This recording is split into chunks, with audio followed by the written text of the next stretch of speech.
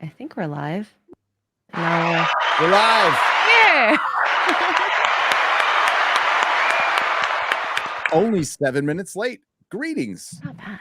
Ladies and gentlemen, this might look very strange on this channel because most of the 9.9 female audience that sometimes watches my channel, can't assume everything, is here on the stream.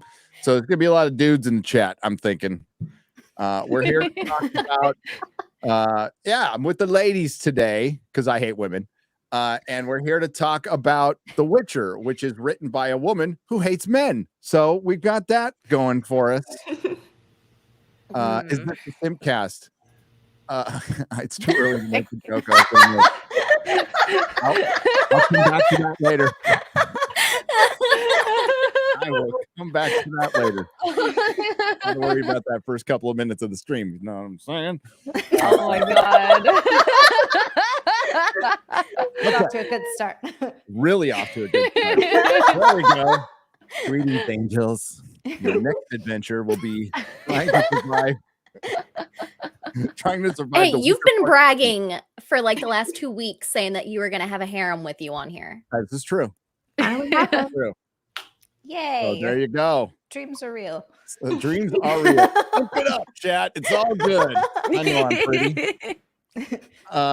We're gonna start with she was canceled, but then not, because you're only as canceled as you allow yourself to be. Carolyn from the Rip-A-Verse. What's up? Hello.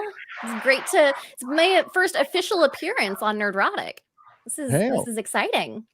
Yeah, you had an unofficial one in the background. Yes. Friday Night Tights at the Dallas house. That was fun. No, It was fun. Good time. You stuck us all in the kitchen. I did. Where you belong. Barefoot, I hope. There you go. There you go. You remember her from our House of the Dragon streams here on this channel. She also has her own channel, and she has some of the best takes on the internet. We have Jayne Theory with us. What's up, Jayne? Hello. Oh, guys, I'm so happy to be here to discuss this very insane season. Ties are already starting. Yeah. There's a lot to say. But I'm happy to be here. We did a whole review before the show, right? We kind of did. So we might have to repeat ourselves a little bit. Thanks for being here, Jayne. Thanks for inviting me. Of course. And you'll be back when House of the Dragon comes back. That's the one show I'm actually looking forward to. Can't wait. Hell yeah. Hell yeah. And you would know her from Friday Night Tights and her own channel, Zia Anderson. How are you, Zia? I'm good. Thank you for having me. I am really excited to talk about this because I bitched about it enough to my husband and he's sick of hearing it. So I can do it with you guys now. It's good. That's how I had to start a channel. My wife got sick of hearing me like, what the fuck's going on with comic books? She's like, I don't give a shit. That's what he does. He does care too, which goes to show like how like I need to calm down. And of course we have she doesn't like People. Our producer, excellent girl. Oh, hello. Apparently I'm very similar to, how did you pronounce it? The Ishnarth? I don't remember. Ashna? Ishna. Very similar to the Ishna. But anyways, I watched the show. It sucked, and there wasn't enough Geralt, unfortly. Those are the main takes. There was almost no Geralt. I don't understand. It's called You The got a lot of Why? Hey, there was a lot of scenes of him sitting at tables, Yeah. next to beds. He even cried a little bit. Oh Yes. God, he did cry. And he said, I love you. It was nauseating. Yeah. He fought two monsters? Yeah. 2.5. We'll say 2. 3, technically 3. It's like barely There's the blob. Yeah. There's the body blob, the Ashna, and then the Jackapace. The Jackapace. But like he didn't beat that. The Jackapace was the one at the end, or the Ashna? The Jackapace was the one in the beginning in the maze. Yeah, that's like the armadillo. Yes. That was And then there was the blob from inside. Yep, the lady blob. That was And really then- weird. It reminded me Yeah. of The Forest. Have you guys ever played The Forest? Yeah. Okay, haven't. Sons of the Forest. Oh yeah. Yes. Does it remind you of one of those creepy, like a bunch of body parts just blobbing yeah. around? Oh, I was like, yeah. Have you guys ever played Inside? It made me Yes. think of the At the end. at the very end of the game. was chasing the boy when you're trying to Yes. run out. Oh my god. It was It like does. the Lauren Hisrich intersectional feminist version of the thing. Oh no. Oh. Come to real life, okay? Yeah. You gotta wonder, like, is it porn for these people? Did they get off on like, I love to see women subjugated and then get revenge on men? I think that's like a porn thing for them. I think it's a fetish, can see especially with that. Lauren Hisrich. I mean, the freaking Witcher was incompetent men seeking help from women. That's Yeah. not Yes. Yeah. Oh my god. It Even if you have was. to make the women up in the process. yes, and like I guess not my favorite book. Okay, I'm just gonna say it's not my favorite book that it's based on, and it is very series centric, and that's Yeah. probably why Lauren Hisrich is like, oh, we're doing this one word for word, yeah. So and when they said source material, they're like, they meant source material, but not necessarily the best source. not the best source, and not Yeah. necessarily in that order. And as Jayne said before the show, they added just a bunch of shit that they didn't need to add. But like, And Oh, so it was like The Hobbit? Yeah.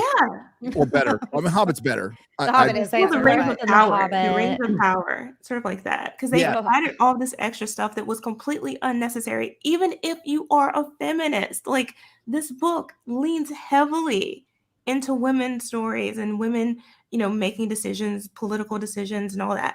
You could have gone with that, but Yes. instead, she chose yet again to diminish Geralt and pretty much all the other men who weren't gender swapped or made gay.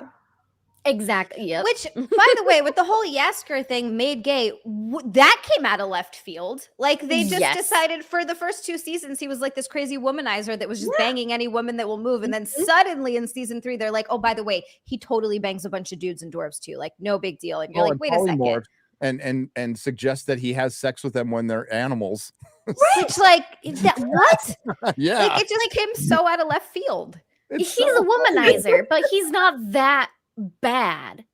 It's like they were trying to he's do what he's they. a little slut, but come A little slut. But he It's like likes they were- women. Yes, He doesn't yes. like men. It's like they were trying to turn him into Captain Jack. And, And not yeah. only did they make him go for Radovid, they aged up Radovid like Yeah. 10 years for him to be able to get with Radovid. Ugh. I don't Because like it. Radovid's a little boy in the books. No, I don't like it. For their mind to even go there tells you exactly what you're dealing with. That Yeah. they looked at this child and said, you know what? We're going to make him a love interest. Yep. What? just put a Sounds like few years, Hollywood.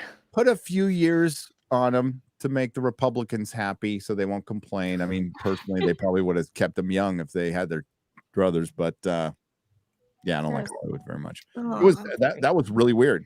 That was very, very weird. And remember the old adage, or maybe not, because none of you are as old as I am, but there was the whole with moonlighting, right?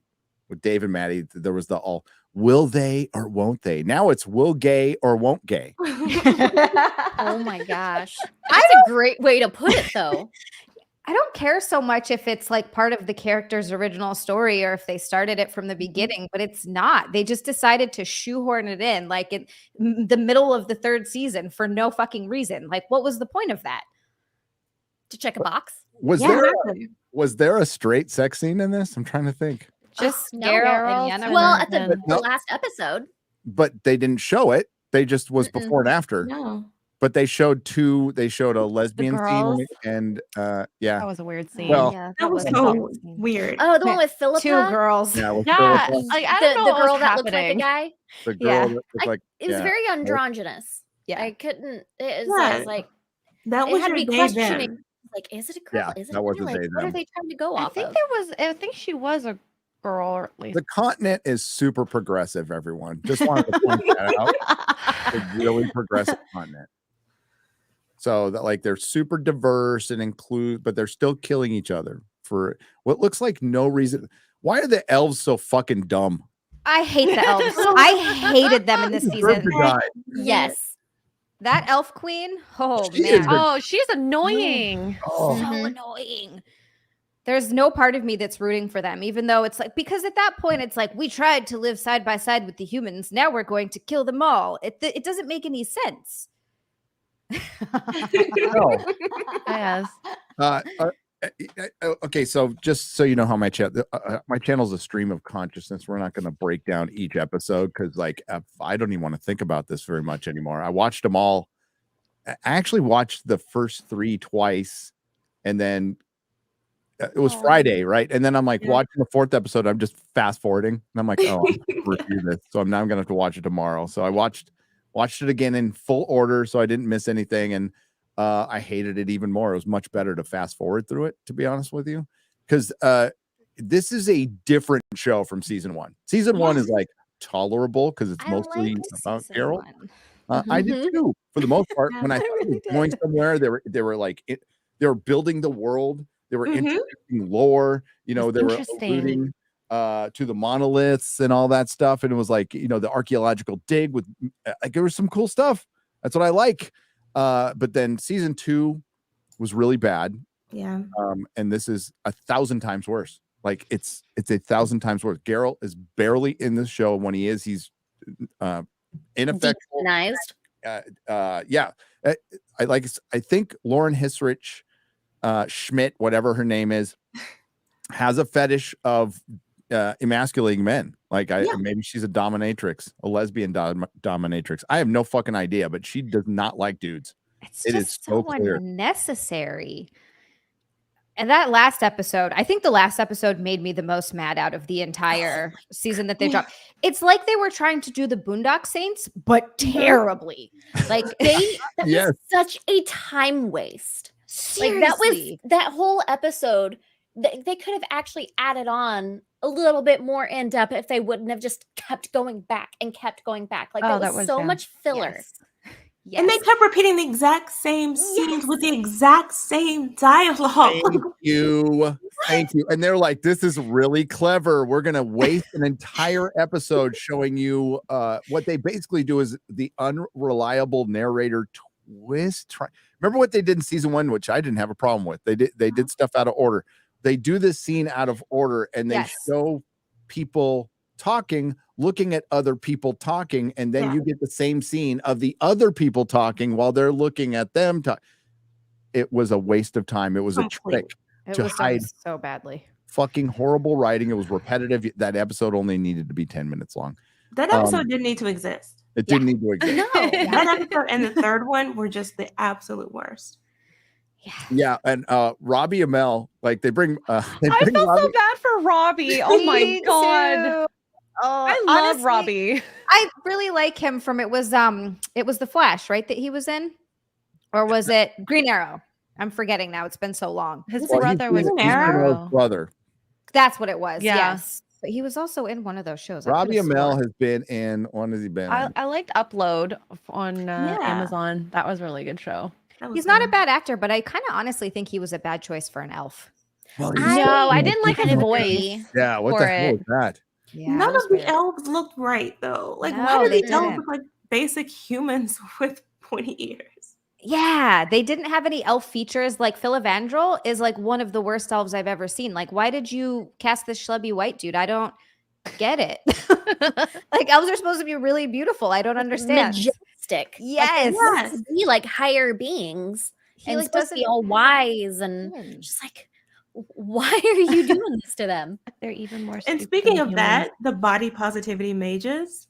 Oh, yeah. They're supposed to be beautiful, but no, not this time around. They did Rita dirty.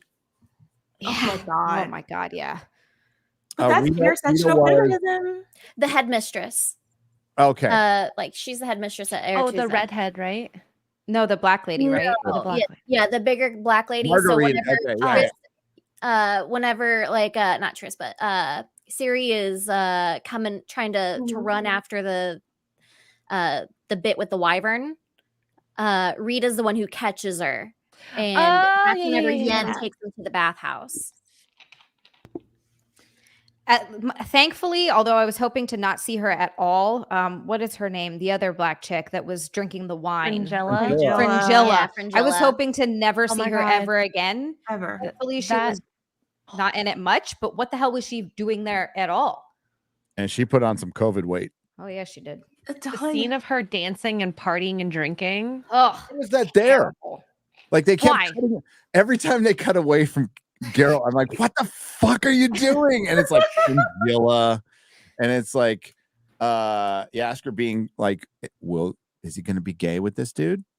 Yeah. Oh, totally gonna be gay. And they drag that on. There's an entire conversation about it with another woman, and it's like, oh As God. he's banging her, he Vespula? bangs her again. Yeah. Yes. And they talk the about only accurate thing in that scene was like Vespula throwing his stuff out the window. Oh yeah, I didn't mind that part Oh, because that that was was funny. very yeah, It it was was funny. funny. It was very Yasker. You're like, oh, that guy. oh, getting that's into- happened to all dudes at one time. Oh Yeah. yeah. But that's what's so frustrating is that when they stick to the book parts, it's actually good. But when they go off and try to write their own thing, their narratives suck. And I don't know why they don't understand that. No, You guys are not good or creative. Please stop. you know, Yes. if Dan and Dave did anything right in this world, it was to prove to stay on the damn books. Because once you get off them, you expose that you don't have any talent other than adapting books. Exactly.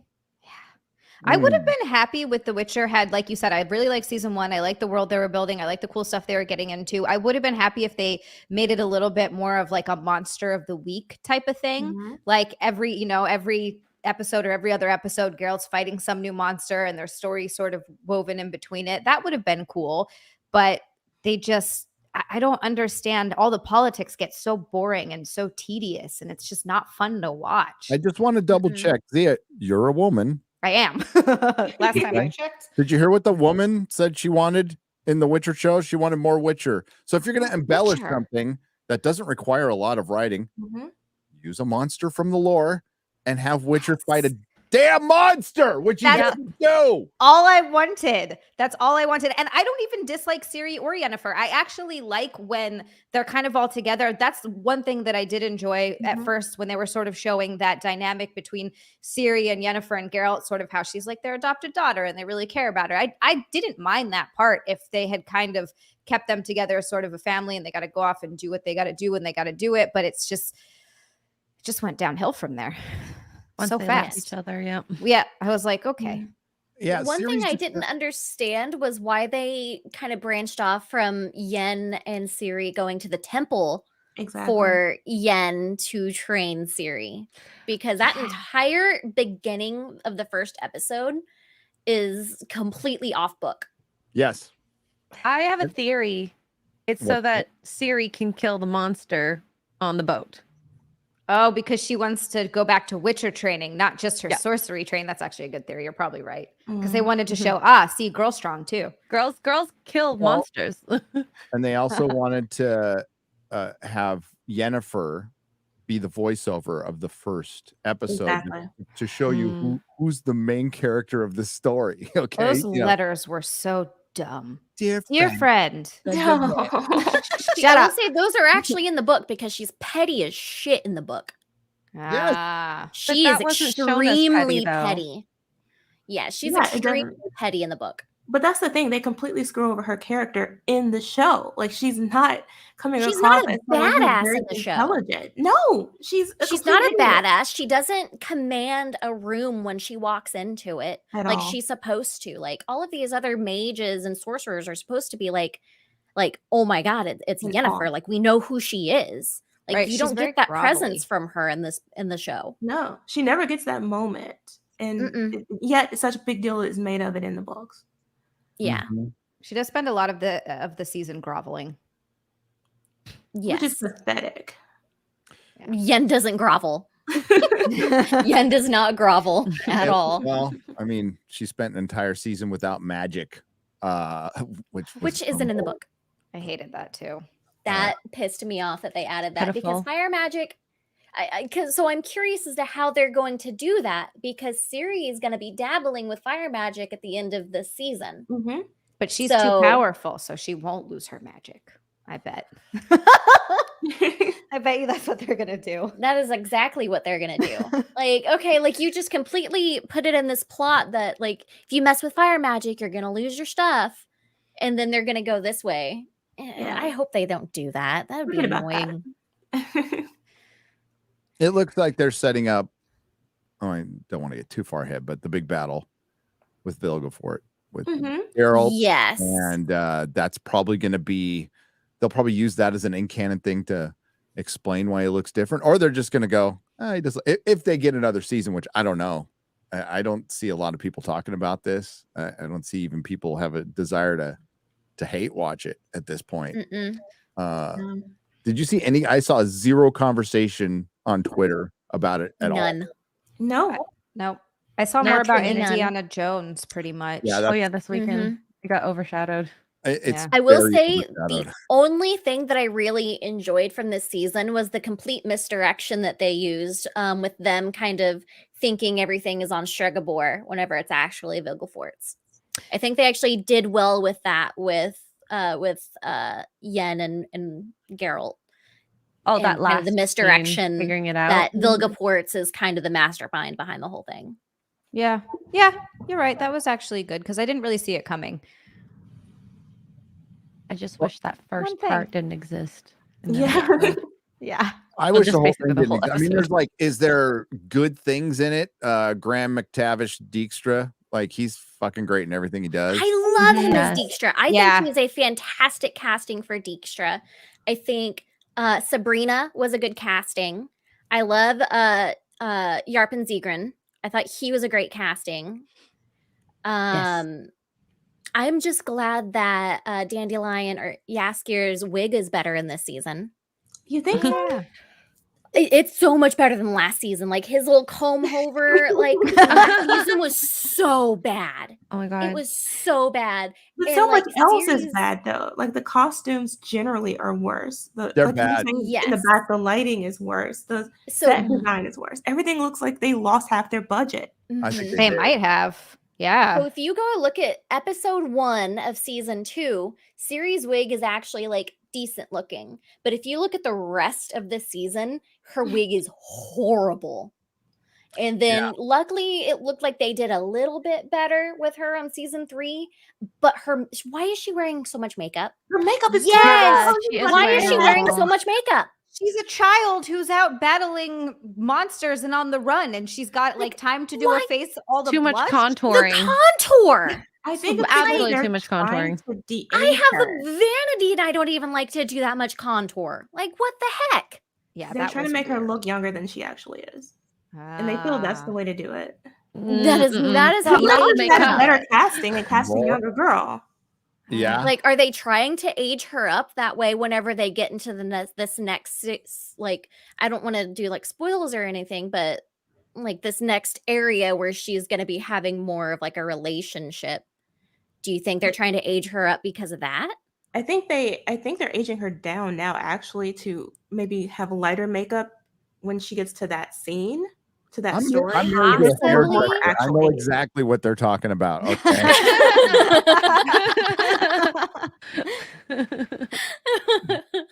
Yeah. But the whole season, I was like, why is she wearing so much makeup? Like, why? It's pretty noticeable when you're watching it 4K in a home theater and you're like, Oh, yeah. wow, it's super progressive. They talk very modern in this. They do Mhm. the dialogue. Yeah. Oh my and god. it's not like that in the books. Yeah, you could see it caked on. I'm like, when do they have time for that? At all? Exactly. They sleep in the woods. Come on. She's like, Like, I and bring where him is here she with me, girl. storing I it? need time. Like, does she have a little bag on Roach just for her makeup? Because She she's has a not Hermione carrying it. bag where she gets all over. her makeup. Endless bag. Speaking of wigs, Triss's wig. Oof. That Oof. was a mess. Looked like a mop on her Yes. head. And they did her so dirty. In They the did Triss so dirty in this series. Every season. They just can't get her right. They Nope. can't. They're like, oh, well, maybe if we make her hair a little bit longer, it'll be better. She's like, no, you did her dirty from the very It's beginning. still not right. At least it's red, I guess. But other than that, but it just doesn't match her eyebrows at all, and it just stands No. out. Like, oh god. Maybe if they just cast properly to begin with. Maybe. Get a real ginger. Yeah. Why wasn't Chrissy thought of for this role, damn it? That I would have watched. Yeah, he's a real ginger. Yeah. No, kidding. I know, she's actually blonde. When she told me that, I was like, what? I feel lied to. Where are the real gingers?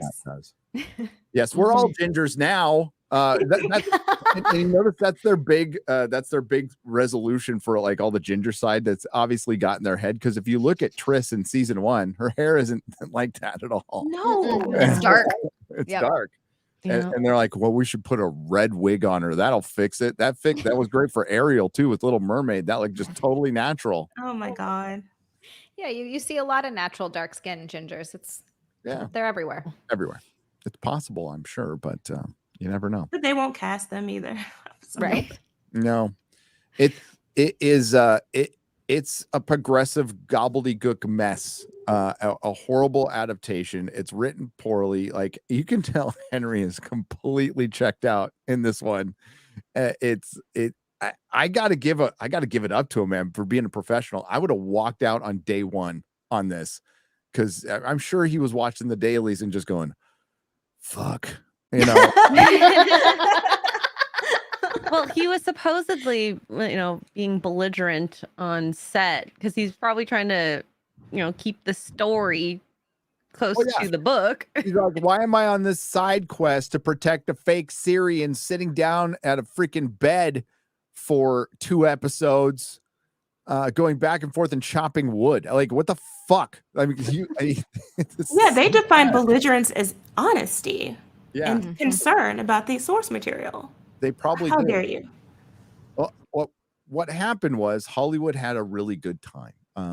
Between 2016 and 19, they were rolling in money. Lots of investors were coming in because streaming was going to be booming. And it created this false sense of reality because there was so much money. They needed more writers. They were like, well, we're going to hire more women. And these women, like Lauren Hissrich, thought they were hired on their actual merit, except that they were cast. I don't think anybody would have had in a real world Lauren Hissrich on their top 10 to run a Witcher show. Yeah. And I'm going to pick on her because she's had plenty of opportunity and she's completely failed to the point where your star left the damn show. Right. And you need to be a fantasy fan. You don't have to have read the Witcher books, but you need to have a working knowledge of fantasy, which means read a Conan book, read some Witcher books, read some Elric. There's a lot of stuff you can go out there and get and immerse yourself in. I doubt this chick did any of that. She also had Henry Cavill right there. He was a resource. Instead She's of a freaking Witcher wiki. fighting him on everything, work with him, use him. But no, she resented him. She resented his input, and this is where we are. Yeah. This is what they deserve. This is what they get for disregarding the fans and the people who are actually trying to work there, that were trying to make good content. Like this is what they get. And it seemed they always have some excuse, right? It's always like, well, these people are sexist or they're racist or, whatever ist it is or ism it is of the week that they're talking about. When you have actual women watching it, like really it's simple. All people want is they want it to be, if you're going to deviate from the source material, fine. Look, Lord of the Rings, everybody loved those movies. They're amazing. There wasn't any Tom Bombadil. There wasn't any Glorfindel. There are little things like, of course it deviates. It has to. I understand that. You know that. But if you stay true to the feeling of it, the spirit of it, and you write good episodes and you have well-rounded characters, people are going to enjoy it. And for some reason, they just don't understand that. Like, I don't get why it's so hard for them to just give us a good product that's based on the property that they're making. I don't get it. It's not about the product. It's about their message that they want to use the product as a platform to convey. When you start from that position, from that starting point, well, you don't really care about the source material. It's just a tool for you to use because you don't like the fans of that source material either. This is what you end up with, terrible product, because they're not creative. All they're about is beating you on the head with the lesson they want you to learn. And that is all there is. I totally agree, Jayne. And it's absolutely clear watching all 3 seasons now that Lauren Hissrich, her interest is with Yennefer. That is her character. She is the main character of this show. That's where most of the through lines go. All of them do. It's not even most, it's all of them. The through lines go through Yennefer. Let's not forget, even season 1, which a lot of people liked, ended with her. But how do you like a character so much and want to make it your focus and still do her bad? Not being as talented as you think you are. Exactly. That's pretty much the bottom line. And it's every situation is set up. Every scenario is twisted and manipulated, even when they adapt something somewhat properly to try to fit in a guy being stupid, emasculated, incompetent, evil, duplicitous. There's just not a lot of good dudes. And like, as Jayne said, the book has enough, I hate to use this term because I think it's stupid. It has enough powerful women in it. It has enough normal women, basically. Yes. And they just tried to amp it up, and it wasn't enough for them. It wasn't enough. And it just makes for a bunch of unlikable people doing a lot of boring and inane shit. And that's what this is. I mean, this show is fucking dead. I don't think anybody's gonna like sit through and wait for the second half, which is in a month. And again, they ended their fucking half season point on a ball with people dancing. I love too how she was like, this is the naming what the dance was, and she's like, you have to do it, it's mandatory. But then there were a bunch of people not dancing on the side. So was it mandatory for everyone? Was it mandatory for some to say it wasn't dancing? It didn't even make any sense. I was so annoyed. Weird. Yeah, like Stregobor didn't have to dance. No, he just there were a bunch of people not stared. dancing. Leering. And can I say this too? I would love for them to just stop with the diversity. Like, there is not a Black character in the show that they've added or race swapped that makes any sense, that adds anything to the story. They're terrible characters. They've made them worse than they actually are. And I am sick of it. I'm over it. This is insulting at this point. They just need to stop. I can say the same for like gender swapping. It's insulting. Don't give me a fucking be like, oh no, we need a woman in here, so we'll just make this character that was a man a woman. It's like, what the fuck does that do? That's like, not why. Aging up a character to make a gay romance is not going to talk anybody out of thinking Hollywood's full of groomers. Yeah, that's my take. But it goes completely over their head. Like, they don't even see it. No. Their worldview is so bizarre and so disconnected from audiences. Eric talks about this a lot. Hollywood is really good at missing like the easiest shot, the easiest layup. Have The Witcher. The Witcher is mostly popular, correct me if I'm wrong, because of the game, not the books. Yes. The books. That was my first introduction to it, was the game. And what's the game? Running around story mode. I mean, obviously I'm an expert because I've gotten like 3% through it, but running around fucking killing shit. That's what we want to see. That's what certain, Witcher isn't supposed to be CW fantasy. Okay. It's not. It's supposed to be like, can I add, they actually left out, they purposely omitted a really badass woman from this season who Geralt hooks up with, is Shani. You know why? They probably did that. They didn't want to make things difficult with him and Yen. Yep. They were too focused on that romance. Ugh. Yeah, because this writer focused on awesome shipping and all the online conversations about Yennefer and Geralt, and those people are pissed too because they like Henry Cavill. So she painted herself in a corner. I know it's on the top 10, but again, I've covered enough stuff. We've all covered enough stuff to know when things are really popular, genuinely popular. We see a real conversation. Jayne and I went through this with freaking Rings of Power and House of the Dragon. There's plenty of people having real conversations online about House of the Dragon, whether you liked it or not. A lot of people liked it, theorizing what's going to happen next. The entire Rings of Power conversation was, this thing sucks. Thing just really sucks. They were handed gold and they screwed it up. Yes. How hubris and incompetence is usually what I fall on. And hubris and incompetence is what kind of opens the door for agenda. Because when you Yeah. don't have talent to fall on, you use your politics to keep your job. Listen, Hollywood is filled with manipulative people, opportunistic, manipulative people who will use. I mean, look what the Me Too movement was. I mean, look what that entire movement was. It was a power grab.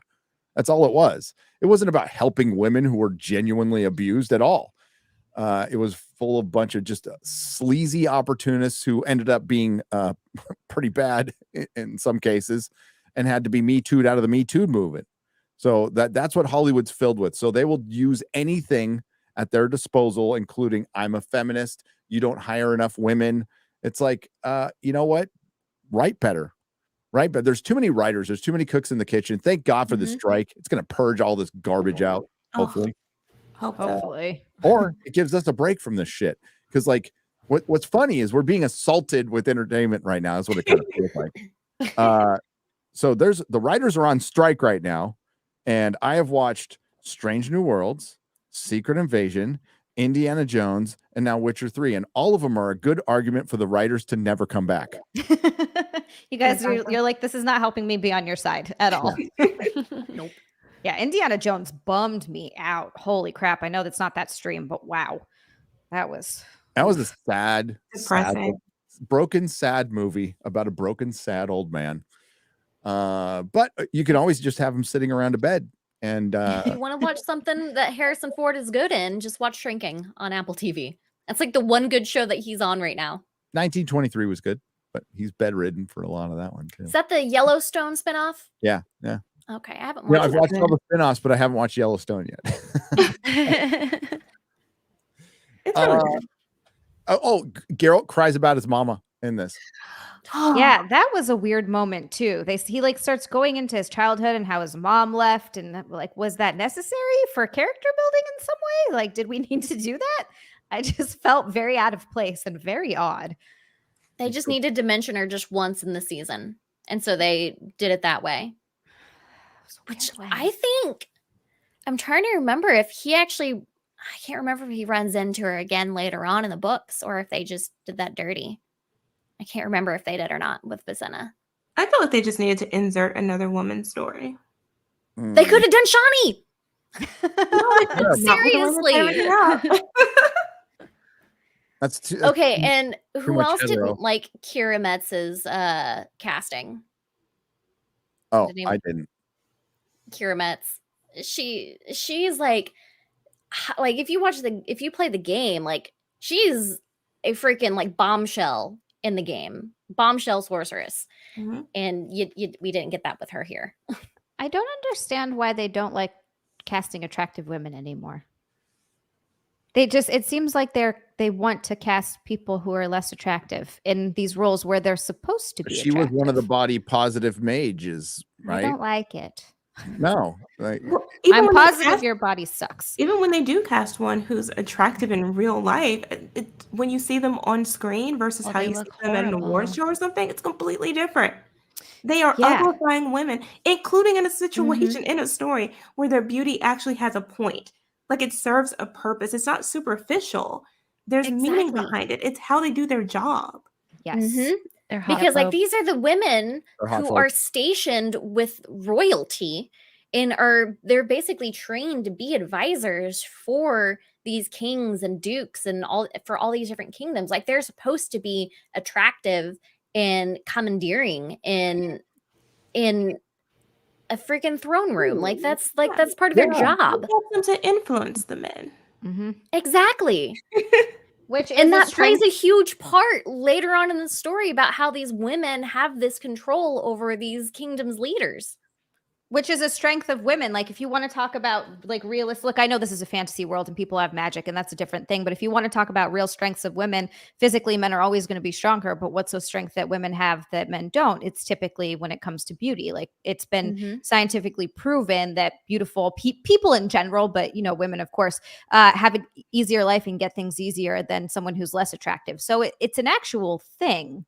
Mm-hmm. yes, And like that's a real strength that what Hollywood used to be built on. yes. Absolutely. That's right, chat.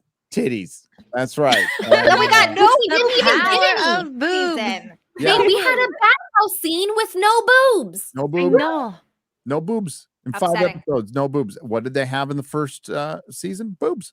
Lots of boobs. Lots They- of boobs. They tried to use the Game of Thrones formula, which I mean, quite frankly, works. You know, if you Yeah. have good storytelling, too. But yeah, We're in the post She-Hulk era, so can't have that anymore. No boobs free. Oh, can we be in a post She-Hulk era? Can we go to pre-She-Hulk era? Can we be away from that like forever? We're Not getting only- there. I think we're getting there, but go on. Not only did we not have boobs, we didn't have front shirtless Geralt. Yeah, we only saw his back. We didn't see. We only any saw his frontal. back while he's in the They made a- bathtub with Yen. And Yep. they made a big deal about him being in the bathtub again. They made they tweet about it. Yeah. We're like, Geralt's in the bathtub, confirmed. Just like, We got 30 seconds. Barely. if that. It was very disappointing. The whole reason not the whole reason, but part of the reason you cast Henry Cavill casted is because look So at him. beautiful. My God. This is Geralt in the bathtub. Come on. Literally. I like the rubber duck. Oh, I remember that. That's the statue, right? Yes. Yes, I saw they were Like, showing that at con. I am a big Witcher fan. Like this whole entire wall is all Witcher. Hell yeah. I've got the big sideshow Yennefer statue over here. Like, I've spent a lot of money on The Witcher. And I have zero interest in purchasing any of the stuff based off the show. Right. None. There is any. I don't think there will be now. I think there was a Hot Toys coming out. Not sure. But this thing is like going down so fast. And like Henry leaving, they should have just canceled it. They probably will. Or they're gonna. I think if they finish it, they'll do what they did with Doctor Who, and they'll go, well, it's a season 4 and 5, but they'll just do a season 4 and split it in half. So it'll be a 5-episode season 4 and maybe a 5-episode season 5 that nobody will watch with discount Hemsworth. But no shade on him, but like, It's dude, not his fault, but I don't know why you would try to cast someone other than Henry. Like once he's gone, it's done. The show's over. Yeah, you screwed up. Mhm. I wouldn't have fucked even up. wanted the role. Like, how do you even step into his shoes? I was gonna say Hemsworth might not even do it after this season. Who knows? It's got to be intimidating. He's Yeah. gotta, like he knows he's being set up for failure right now, and that's gotta be one, exhausting and extremely intimidating for him to even want to go into this role, because he knows the moment he comes on that screen, he's going to be compared to Henry Cavill. Yep. Absolutely. Who is literally perfect for the role. Perfect. Yes. It's frustrating. I'm gonna read some super chats, and then I want to talk about Francesca. Not Francesca. Sorry. Is it? Yeah, Francesca. The elf? Yeah, because I hate her. Oh. I really hate her. I was hoping I that he freaking was hate going her. to kill her instead of Robbie Amell, but no.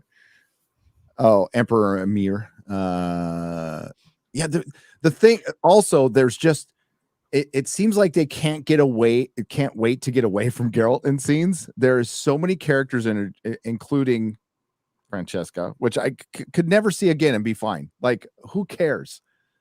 And yeah, they introduce so many characters and so many plot lines to culminate in a ballroom scene. I was like, I what will the- say, I'm really mad that they spoiled who Emir was at the end of season. What was it? Season 2? 2. Yeah. I was so mad. Like, I understand that it's going to be more difficult to kind of hide who he is in a TV show compared to like in a book, because you don't know who Emir is until like the last couple chapters of Lady of the Lake, which is like book 5. Oh, wow. I don't know if you Didn't could have that kept it going really that long, but you could have kept it going longer. I think he Yes. would have been a much stronger force not being shown, like just having him be this mystery emperor that everybody refers to. Mhm. I think He's that's the white really cool. flame. White Ooh, flame. it's like Baba Yaga. Josh Kelsey has donated $20. Thank you, Josh. We appreciate it. Some YouTuber named Heels versus Babyface, Heels versus Babyface, says there is a suspicious amount of women in this stream. I get what you're saying. Sounds like a man. boring channel. Yeah. Heels. I keyed. What is this? What's The up, View? Az? You can come on if you want, Az. I know you totally watched the shit out of this show.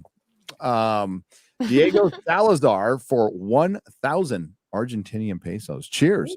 Showrun the adaptation of a popular franchise. That's one. Number two, get some lonely female writers in their late 20s, early 30s to write some basic fanfic level bullshit into it. Taking away what made the source material great. 3, backlash. 4, play victim. Yes, he's still Geralt in season 3. And he's not. Well, he's not. He does nothing. Even the third monster, which Ciri gets to kill, like he cuts off its tail, you know, and kind of hangs back. We talked about that before the show. What was the name of the monster again? Sorry. The Ashna. The Ashna, very progressive monster. There was 2 people of color on the ship that it could have eaten, that it decided brushed aside the people of color. Well, it was being white folk. it was being nice. See, they knew they had a ball to get to entertain. Yes. They didn't want to mess that scene up. We need entertainment. We need our minstrels to kind of slap them aside. It doesn't eat them or do anything like that, you know. Which I was hoping that they would. I hated those guys. I know, they were so annoying. Who comes So on to a boat annoying. singing? That song that Like, they kept on what? playing over and over, the same couple of lines over and Also, over. how and on over the in nose last is episode. that? All is not as it seems. And Right. you're like, okay, Over thank and you over for again. that. We get it. Oh, We get it. God. I was like, I was so, I wonder like, if things are not as they seem. Ah. Like I they're was getting treating so the frustrated. watchers like we're retarded and then making things like unnecessarily complicated when they don't need to be, and then trying to be like, here you go, dum dum, this is what we're trying to show you. And you're like, okay, Yeah, it's exhausting. Yeah. we got it the first 30 times you sang that over and over again. Was it the only song they played the whole night? yes, It That's feels all like they it. do. that is the only song that they played in that last episode. Hey, This band sucks. the good news for me is there's no song for Dan Vass to cover in season 3. Or Dan Vask, do the cover. It's just I mean, two he could play lines. the gay Yeah, song. go for it. Yeah. He could learn the think he the gay totally the should. couple of lines from the gay song that Raditz sings Yeah. to swoon Yes. to seduce Dandelion. Yeah. So, before we get to the next super chat, I do want to talk about how it's really important that everybody keeps an eye on Ciri, except when they just let her go and hang out. And I know one of those parts is in the books, but they like, what the hell are you doing? We got to keep an eye on Ciri, so I'm gonna split up. Oh, the Even wyvern that part, thing. Jennifer was concerned, like she was reluctant to let her go, and here she's like, "Oh, Mhm. get out of here." Yeah. Go Here. your little token. Call me when you need me. That's the wyvern scene, right? And Yes, I were did they- like that they had her eating the pastries because Yeah, she just kept on buying those and buying those and buying those and eating those in the books. that was cute. But see, again, and that's the an line example of was something that's there that they could that's from the books and was actually cute. Yes, Those And little no- things that mean a lot. Mhm. but then they emasculated that kid in the wyvern scene. It's just like, God damn it. that was actually part of it too. Yeah, but That was part of it. of course they're going to adapt that part, but they emasculate somebody every time, so it's like, really, they don't want to miss that like, forget Geralt. But like, we got an emasculation scene, let's do it. Oh, don't worry, they did. Oh, they did a lot. But Like, the we're thing gonna is, forget even with that kid, we do have a moment where he's very sort of strong and brave, and I can do it. I can take care of her. He does have his moments of strength too that they completely strip. Mm-hmm. Mm-hmm. Mm. So, of course, still, he doesn't get anything. I No, also love the scene where they go to the festival and he's like, you need to cover your hair and your face. Everyone's going to be in masks anyway. And then she leaves her hair down and she goes with the mask that she's holding that she loses 5 seconds I know. later. Right? She's just off and like doing whatever, completely uncovered, and you're like, okay, that made sense.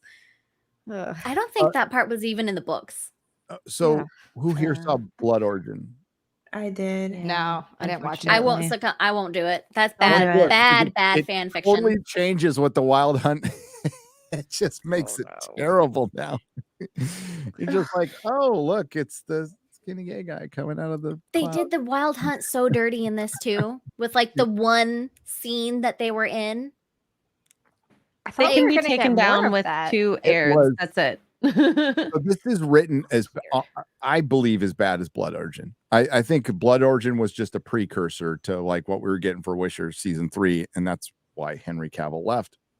But that Wild Hunt scene, the one scene, was awful. Like so we talked a little bit before the show. It's obvious that the budget's been halved or something like that, but it looked legit awful. And the worst part was, I mean, they looked bad, but Ciri on her fake horse. He looks so similar to Galadriel. You could see that she's just okay. They're like, jump up and down in a chair. So she's all okay. It's just so awkward. So awkward. I can't, because Netflix would hit us, but like, I'll put it on Twitter. It looks so awful. I was laughing a lot at this, so that's good. It was unintentional laughter, but I was chuckling quite a bit when I was watching this. I was like, good God. Is it that hard to put them on a real horse? Or did they not do that anymore? That's a good question. It doesn't make any sense to me. Like it would cost less to rent a horse for a few days than to completely build that in CG. Yeah, and riding a horse is You'd not that think hard. so. You'd No. think Is it so. PETA? Oh, maybe they're like That's the only thing I can think of. But it's not like the horse was hurt or anything like that in that scene. No, and Like, people still ride horses like And this is one of regularly. the most important scenes in this story. So how do you decide that you're not going to actually shift a bunch of your budget to making it look good and And believable? isn't Yen supposed to be in that scene? Yes! Yen is in that What? scene. In the book, Yen is supposed to be in that scene. There's a great scene here. Mm-hmm. And they're So like, they- no. Got rid of good scenes for the women that they supposedly want to uplift, and then added in bad scenes of them. Okay. Well, what's That's funny good. is they were on horses in the first episode. Oh yeah, So Mhm. it's not like they didn't do it before. they had the horses. They had the horses already. Oh Oh. jeez. Yeah, that's why it's Roach jarring magically when you see it disappeared this way. too. Didn't Roach die? He had a horse. Every horse that he has is named Roach. Oh, okay. So but they just didn't make a mention of it at all. Yeah. I mean, Roach was in like one, I think they showed a horse in one scene, and then whenever they got on the ferry, like the horse was magically gone. Maybe it was like Shadowfax. He comes when he's called. Yeah. Or it was like the Rings of Power boats. There's tons of room at the bottom. Right? They're all arcs. Oh, again, if you see, I'm just looking at it now. If you see Blood Origin, it's just so bad. It just kills the Wild Hunt. It destroys it. Oh God. I couldn't even bring myself to do it. I was Don't like, "There's no watch it. Geralt. No, thank you." Yeah. Sickening. And they Pretty threw dumb. in Yaskier just to just to be in there, wasn't it? Like I haven't watched the show. I Yeah, he's in have like the no prologue. interest in watching it. He's in the prologue. But it sets up the Wild Hunt, and it's really freaking awful. It is terrible. All you have to do is, like you said, you follow the games. That's really all you have to do. Even if you don't want to follow the books super closely, you can still make the fans happy if you followed the games. Which That's they it. did, which they didn't, which they Yeah. probably should have done. to be Yeah. honest with you. Well, they And should have, because this book is particularly games. difficult to adapt. I mean, it is Yep. much more political intrigue. It's a little bit more negotiation and investigation. It's not something that's very exciting. There aren't a lot of fights, I mean, there are some, but it's not the type of story at this point in the story that is adaptable to a fantasy action Henry Cavill TV show. And does it make sense? I have to ask, since you guys have read the books, does it make sense for them to have adapted this in the order that they were going in with season 1 and 2, or is it like a weird jump? No, I think this is about right.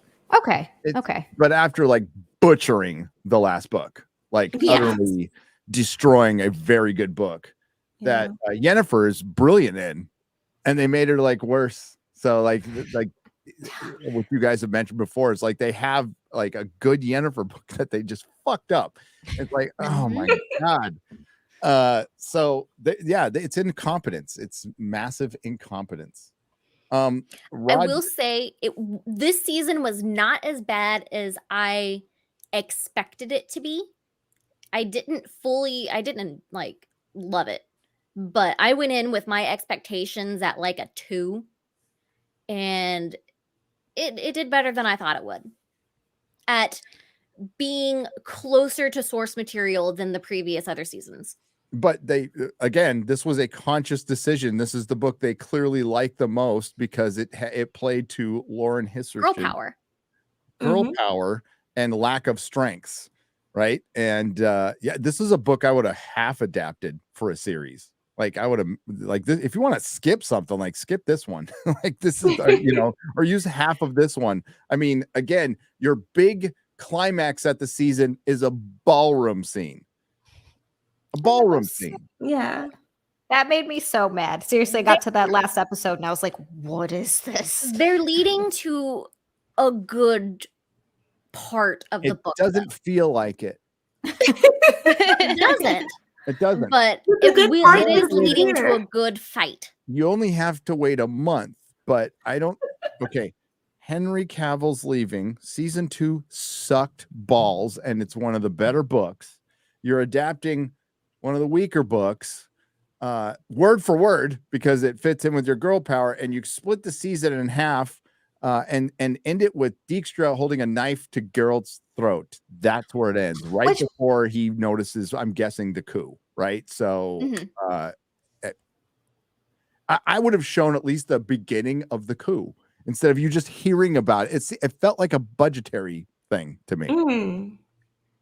This was their cliffhanger to get you to watch on, what is it, July 27th? I think is when the next part comes out. Yeah. That was their cliffhanger. I'm going to watch it. I'm not happy about it. So splitting your seasons in half is is retarded. Like either do it weekly or release it all at once. Like I guess I'll agree with the binge model on this one. I just want them to release it all once so I don't have to ever watch it again. But like, you all heard my argument on like it's Netflix is the reason they do this is so they can skew minutes watched. It's going to be really important now when they're selling advertising and they have the Nielsen ratings, and it puts them in the top 10 all the time because all their episodes are out and all those minutes from all those episodes count. It's cheating. But if you release your stuff weekly, more people will watch it and talk about it. Great example is Picard season 3. A lot of people were talking about that. If they would have dropped that all at once, it would have never have gotten the word of mouth that it gotten. So I think the problem here is that every episode didn't really end on anything worth talking about. Exactly. Like had they dropped these episodes weekly, it would have not been terrible at all. It would have been like, hey, Yasker was like super gay this scene, and they did a whole scene where he's supposed to be babysitting Siri, and then he goes out and has the gay sex with the aged up character from the books. Viewership would have plummeted. Would have fell. It's gonna plummet now. I don't think there's any chance of this being a hit. I'm not worried about it at all. I can't even imagine what the next season's going to be like, though. For real, like, do they really anticipate that anyone's actually going to watch it? And next season is is one of the better books because it's like Siri being like bloodthirsty. Like she's a badass in the next book. Like it really shows her kind of, you really see why she's kind of broken like later on, and kind of she's been through a lot. But they're already trying to make her an activist, so I don't see them actually writing her well. Things with the elves, oh my gosh, it pissed me off. Justice. And why are they having her have? Why are they having her have the visions or the dreams about the elves when her nightmares are just about the Birds of Prey helmet? That's it. She has nightmares about Kahir, or Kair is his name. Has nothing to do with the elves. Nothing. No, they're mixing all her nightmares up now. And yeah, well, she's a girl's key to everything. That's what she is. I mean, that's what and like maybe when this story came out, that was kind of new. It's really not new. It's really, really old and boring and stale. So they're gonna have to do something different, which they're not capable of because they're not talented. And even like the writers from season 1, they've lost half of them, and they obviously kept the really the shittier ones. I think one of them, I can't remember his name, is off to go do X-Men the animated series, and he's the one who threw shade. He's the one who said, yeah, they didn't care about the books at all. They would openly mock them. And it's obvious that they have disdain for him. Then Obvious. why do the property? I don't understand. Why do it if you don't like it? Oh, Exactly. it's cred. It's about getting cred. It's about putting it on your resume, getting that next gig. So the culture in Hollywood, that's what causes a lot of this is like, this is just a job to get me the next job. And a professional would do their homework, do their research. Most people in Hollywood try to do as little work as possible and will bullshit themselves and everybody else to cut corners. J.J. Abrams is the king of that. That last episode, we just talked about it. It is a 10-minute episode told from multiple perspectives to pad it out to an hour. And it's meant to trick you into thinking something's happening here, but you see repeated scenes from two different camera angles, and they spend time saying the same shit they just said 5 minutes ago. Like saying the same thing. You don't need to do that. Yeah. So it was such a bizarre, I won't call it a creative decision. I think it was a way to pad. Yes. It was 100% a time fill. The other reason too, I think, is because they saw this as a feminist narrative. And for them, Geralt was just there, and they really needed to get past him and get him out of the way so that they could focus on their main character and the story that they want to twist this story into. And I think that's why they're jumping on her being so, she's an activist, she's the key to everything, she's going to be powerful and she's going to save the world. And it's like, no, at this moment when Geralt and Yennefer lose her, what you're supposed to feel is panic. Like, what is she about to turn into? But they don't. They can't allow that type of vulnerability and that type of threat that she could actually be a villain if she turns the wrong corner. They can't allow it because it doesn't fit their narrative. The message, as Drinker says, makes me curious as to how they're going to portray one of the end scenes of the next part. Oh well. I think we can assume they'll take the feminist angle. Yeah. I think it's safe to assume that. Roger Kasdan for $20, and thank you, says, bloody hell, another male main character subsumed because I'm dumb. Sorry, by smarter, more powerful women in his own damned series, kind of like this stream, right, Gary? Oh shit. No. Oh no. Damn. Oh no, that's Gary right now. Oh no. BK Blair, $197 for $20. Who needs strong female characters when you have these awesome array of badass women? Bravo, ladies. Bravo. Way to simp. That's good simping right there.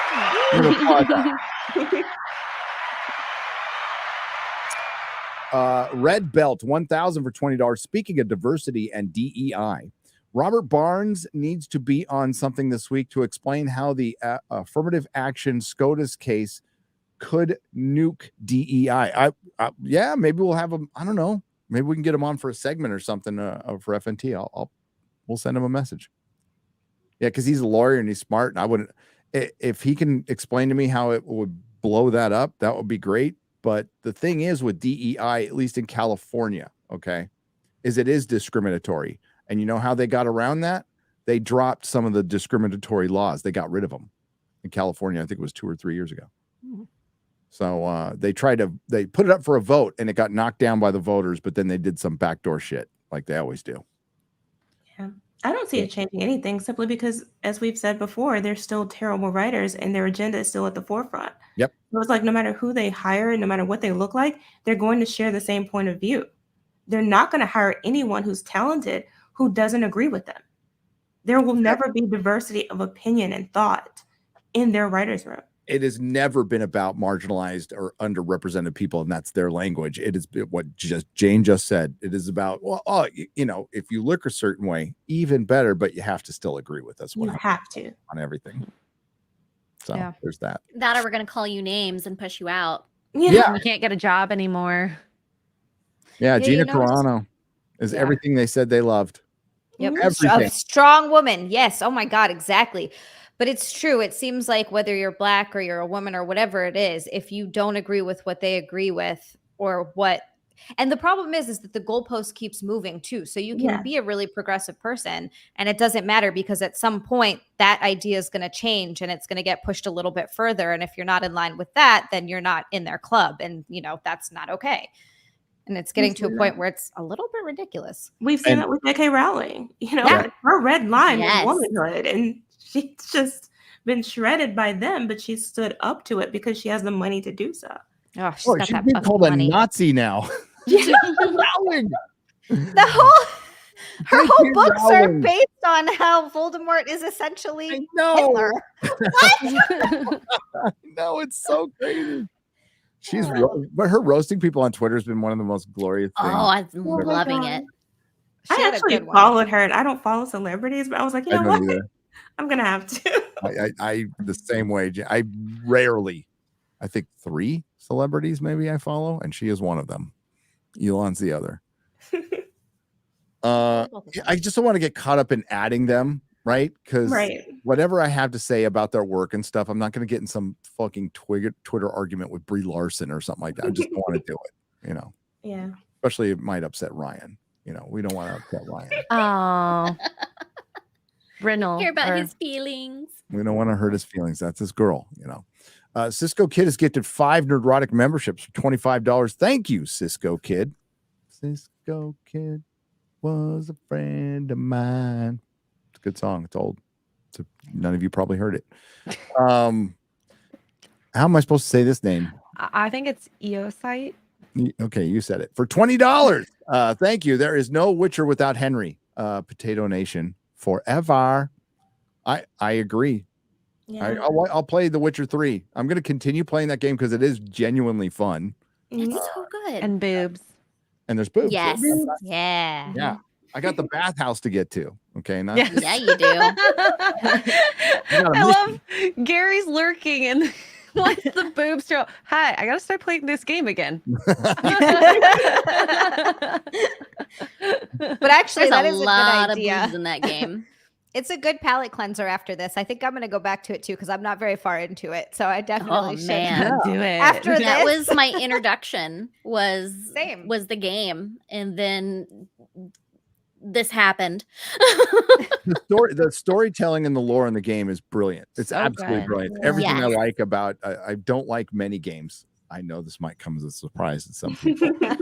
I like story-driven games, and that's why I like Diablo. But you're like a pro Gollum player. Yeah. I am. and I played it, and then they canceled the game. That's the power of Gary. Yeah.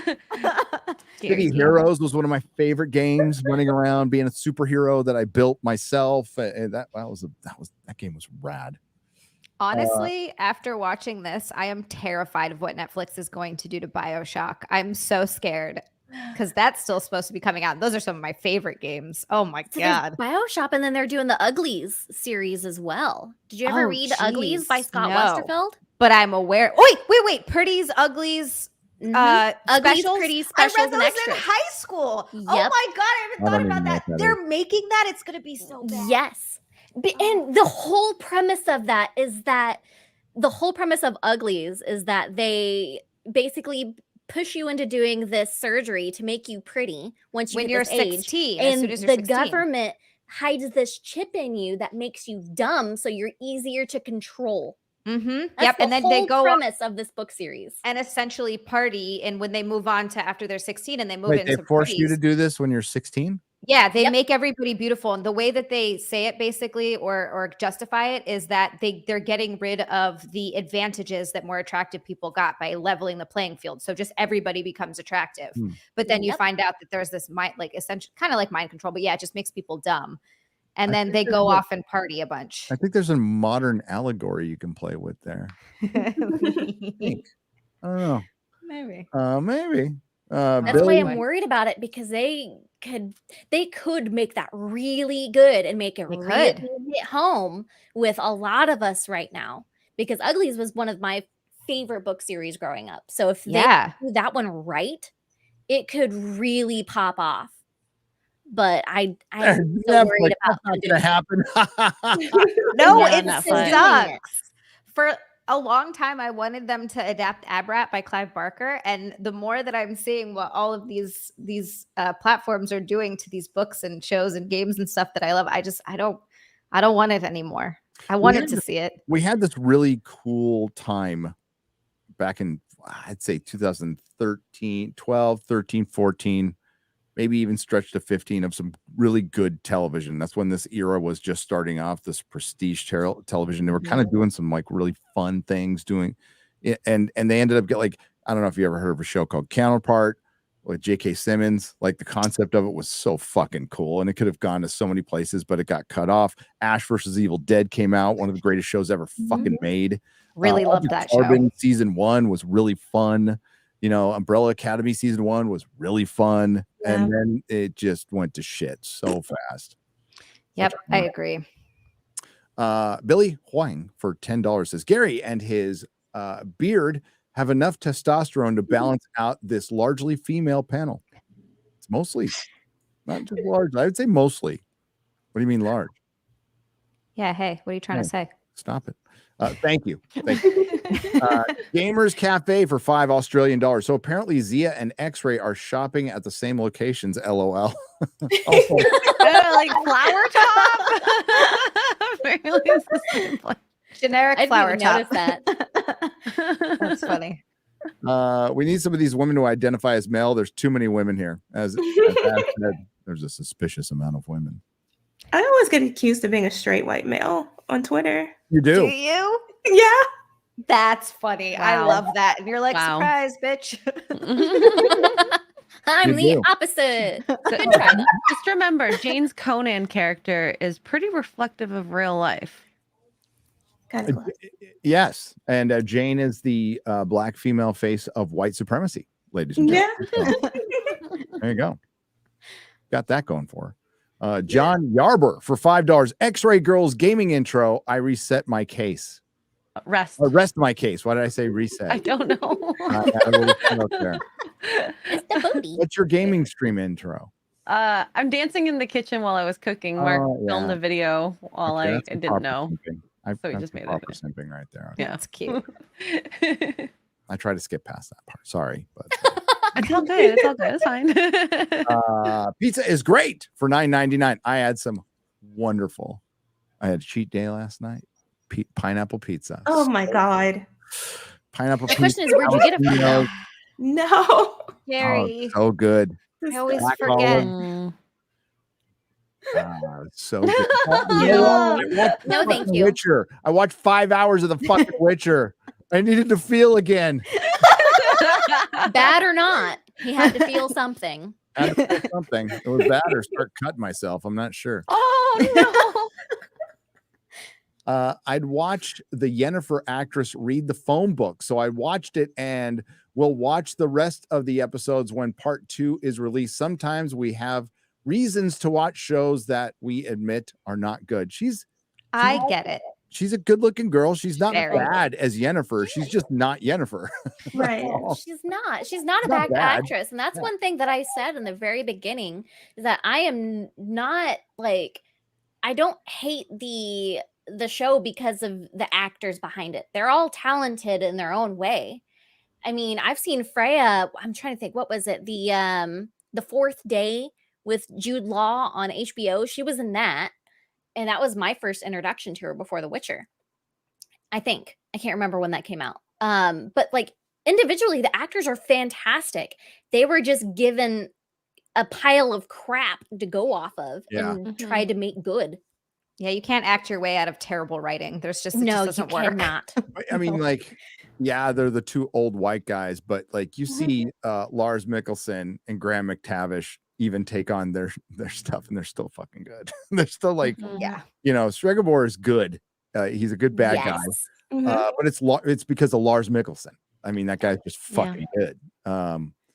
Yeah, I don't have a problem. Anya, I can't say her last name, but the girl who plays Yennefer is fine. She in many ways. She could have been so much more beautiful and so much better as a character, and they She's just not a they woman, right? Jayne, she's still an adult girl. And I always saw Yennefer as like a woman. She was woman. very Like commanding crime. in the games too. She's so commanding. Like it's just they really didn't do her any favors with that. They didn't. Like Monica Bellucci in her prime. Oh, Well, she's damn. still in her prime. Yeah. That would have been a good Yennefer. The contextual gamer for $10. Dominatrix is a natural fetish for simps and feminist men who will gladly relinquish their power in a misplaced attempt to even the power scale, yet they still don't realize they're relinquishing power. It's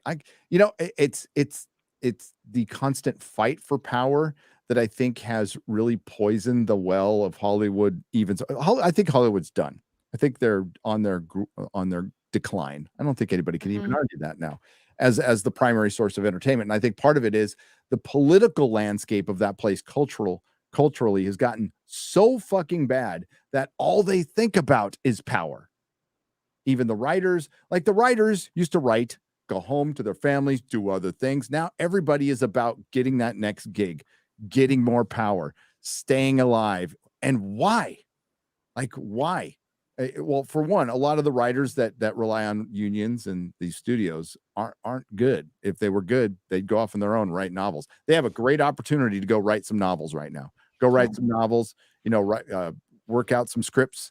You have a lot of extra time. No, they want to be on the teat. They want to be on the corporate teat. A writer who is worth their salt, man or woman, is going to write.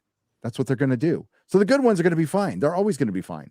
The good writers will always be fine. This is about protecting all the bad ones. And I say fuck off. Rebound for £2 Wait a minute. This is not the Simcast. Well. Are you ready for the joke yet? No, it's not. Okay. It's not a joke. It's just an anecdotal. I was talking about it yesterday. I'm like, every time I go to the Simpcast, you're talking about plastic surgery, tits, or buttholes. And I was kind of joking. And then I went there last night talking about buttholes. Talking about fucking buttholes. I'm like, Jesus. Hey, to be fair, we were talking about the bonus hole. That's which my could fault. be the butthole or it could be the. I explained to X-Ray Girl what that was on Thursday night during No I was Man's just like, Sky. I need to talk about this. That was my first time hearing it. It was so weird. I was like, what the hell is a bonus hole? See what I mean? And I just started laughing. Like, oh my God.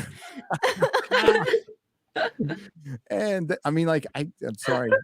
I want to talk about nerd stuff, not buttholes. Hollywood's full of buttholes. I can say that. Charles Ratcliffe for $5. I tried to watch episode 1 of season 3 of The Witcher, but I could not finish it. It was like the Rings of Power, the flaming pile of hot mess. Yes. It's Rings of Power bad. It is. I couldn't bring myself to watch Rings of Power. I would have cried. It would have made me so upset. No. Yeah. The one thing that made it better is it's just not Tolkien. That like they don't even try. They don't. It's fan fiction, right? Like that's what it seems like. It's just straight up fan fiction. Bad fan fiction. It's bad fan fiction. I mean, they follow nothing from the appendices at all, and they can't follow the Silmarillion because they don't have the rights to it. Right. So they just threw some names in, made up their own shit, brought back Gandalf, and made some hobbits, some Harfoots that they were not allowed to call hobbits. This is ridiculous. It's so ridiculous. It's so ridiculous. Why do it? Why? And it's getting a season 2 somehow. I don't understand. It is. to save face, basically. Yeah, they have to be like, no, see, look, we'll totally do a second season. It did good. Did it? All right. Jayne is absolutely right. Somebody, I can't remember what video it was in, but they it was about it was Rings of Power making of a disaster, and there's a whole, I mean, even the media was like, this is not good. This is not a good thing. You guys are failing. Why are you failing? And somebody was just honest for once and said, political capital is what a lot of shitty shows keep getting made because of they're worried about the loss of political capital. People are connected. So that explains Kathleen Kennedy. Citadel, the Russo brothers did this show called Citadel, which is the second most expensive TV show ever made after Rings of Power. And they're both on Amazon, by the way. 6 episodes for $300 million. And nobody's fucking heard of it. I've never heard of it. The flagship series to launch this universe. Keep spending money. Yeah, it's supposed to launch a universe. You're right. And they're like, and they gave it a season 2 and nobody watched it. It's like, oh, not sustainable. It's just not. Eric did a great video on it about sustainability, and it's all falling apart now. It is. I'm getting a lot of emails going, oh, there's so many more people are about to get fired from former execs. So it's pretty funny. Like it's going down. When a former Disney exec, I can't see who it is, sends me like a collage, like a data racer collage of headlines, and it's all DEI people being fired from corporations, and it's like 20 in the last 2 months. He's all, yeah, I think it's kind of starting to end. I'm like, I think so. Well, because you can't keep just hemorrhaging money and then not making any return on it. At some point, that has to stop. And I don't understand why they're so short-sighted that they can't look at that and be like, wow, we just keep losing money and losing money. We're not going to be able to do this forever. Maybe we should make something good. They're so stupid or so stubborn that they won't. I just don't get it. I think to some degree it is stubbornness, because you have like the CEO, some of the CEOs are completely bought into this. So they're willing to lose money or invest in their mission to spread this message and create some sort of social change. Like, I think that from their perspective, they feel like eventually they'll get it. Eventually we'll win. And it's like, no, you're not going to ever sell normal people this nonsense that you're trying to create. Well, it actually seems like it's having the opposite effect, where people are getting so tired of it and so sick of it. And you get people who are otherwise very liberal or otherwise very progressive. And even they're getting sick of it to where they're like, I can't watch this shit anymore. It's exhausting. It's coming from all angles. It's online. It's everything that you watch. It's everything you consume. It's commercials. When you talk about like, the men being idiots, that's been around in commercials for such a long time that they've been showing like the guy's always some derpy idiot and the wife has to come in and save the day. And that's been going on forever. And it's just getting worse. Yeah. That's why they've been shifting to children too. Yeah. Children's entertainment and cartoons and animation. That's what they've been focusing on now, since they can't get to the adults. Okay, well, let's target the kids. And luckily you see more parents coming forward and saying, absolutely not. Yeah. And putting their foot down. That's where they did with CRT is, and what I experienced at my school in San Francisco with my kid is he was starting to feel othered. I'm going to use their term, like othered, my kid, and I was like, oh no, fuck no. So we pulled him out, but like there's other parents who are not in that position, and that's why we talk about Witcher. That's why we talk about this in pop culture, because pop culture is culture, and there is a cultural shift, and they were trying to create it, and it's not something you can't create. It's like, I'm going to go out and create a viral video tomorrow. Chances are you're not. Right. And you can't create trends. You can't create authenticity. It happens. But they are trying to engineer it now. Yes. And mandate it. And misgendering is a felony. I mean, we laugh at that, but there are going to be people who are trying that. No, it's absurd. It's absolutely absurd. It's against the First Amendment, but it is absurd. But they're trying it. They're trying. This is what they've been doing, though. They've been expanding. Even it's slightly off topic, but it's what they've been expanding the whole definition of what is a felony. So it opens it up to the most ridiculous concepts, even if they're utterly unconstitutional. They don't care, because they've just been building and building and building to the ability to do whatever they want. At least they think so. Absolutely. This one, Jayne's awesome. ladies and gentlemen. You're absolutely right. It's not a felony to steal $860 worth of stuff from a Target, but to misgender somebody. That is just ridiculous. Well, and to insult children. Sorry. No, you're fine. No, go ahead. No, You the make a fact better point than me. we've seen so many videos of children recording what their teachers are telling them and berating them in the classroom for standing up against this stuff and for refusing to go along with it. I mean, even the kids are waking up to it, and they're just being attacked by the very adults who are supposed to be there to protect them and guide them in these classrooms. That's why you have to pull your kids out of school at this point. I mean, if you can homeschool, you really, there's very little choice in the matter. Yeah, I could not agree more. That like we, you know, my wife and I both dropped out. I mean, she finished way earlier than I did, but we both dropped out. And I mean, I hate to say this, but we're better for it because, like, I went and finished later when I was older and could appreciate it more, and I just didn't fit in. And I'm, you know, because of COVID, my kid missed a couple of years of school, and a lot of parents got to look at. See how they're being taught at home, and they're like, oh no. And I see a lot more parents getting involved, and it's part of the cultural shift. They were trying to legislate and mandate behavior. That is the most authoritative thing you could possibly think of, and it was being fortified, and that's why we are talking about it, because we are being assaulted in every TV show we watch, every commercial we watch, at our schools, by our social media companies, by corporations, by the fucking DMV, by the state. It's we're getting assaulted with everybody. And finally people are just saying enough. And we're starting to see it fall. And there are signs. And how could you know, the DMV being woke connect to Indiana Jones? It's a culture thing. It's our culture. And when we see one start to crumble, the other will. It's a sign. It's an outlier. So Indiana Jones, like, flopping, are people like saying fucking enough. And this show's gonna flop too. And all the other woke shit they come out with is gonna fucking flop, because it always has. They just can't hide it anymore. It always was flopping. They just can't hide it anymore.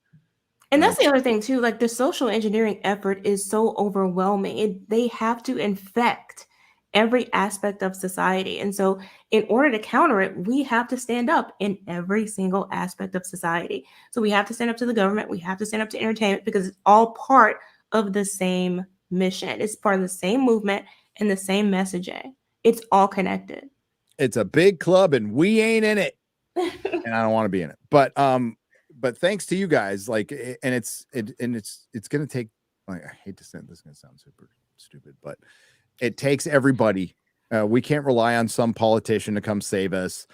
Some studio head is not going to come in and say fucking Disney. We're going to just make our own shit, and we'll save our culture. I don't know about saving Disney. I don't know if I want to save Disney. I don't know if I ever wanted to save Disney. But it's not about saving a corporation. It's about saving our culture. And that's why people like Eric come in. Yep. Damn straight. And saving our future. Believe me, they're trying to destroy it. They are. They really want us not owning anything and being, they don't give a fuck if we're happy about it or not. No. Fizzenthorpe for $10. If you want to bring Black characters into fantasy, model them after the erudites of EverQuest. Their story and lore is amazing and done with class. There's a zillion different ways to bring in Black people, Asian people, whatever. For one, you can adapt the mythology of that region, or you can make something up completely different and have regions, because fantasy still has to be based in some form of reality, but you can absolutely explain it and make your own, you know what, make something original. That was I don't like Zack Snyder. I don't, as a person, I don't, but I like some of his movies. And at least with Rebel Moon, it was a rejected Star Wars script. He's all, fuck it, I'll go make it on my own. And who knows, it'll probably be better than anything Disney ever produced. And it's his own damn world. And he can play with it however he wants. That's the way to go. And if people like it, they like it. But they don't want that, though, because it contradicts their narrative at the same time. Like, one of the things I've said consistently is that the racism against Black people in Hollywood hasn't changed. And you can tell by looking at how they represent, quote unquote, these characters on screen. Look at Fringilla. Look at the body positivity mage in this show. Look at Philippa. Like, these things, they're not exactly doing Black people any favors with any of these things that they're just shoehorning us into.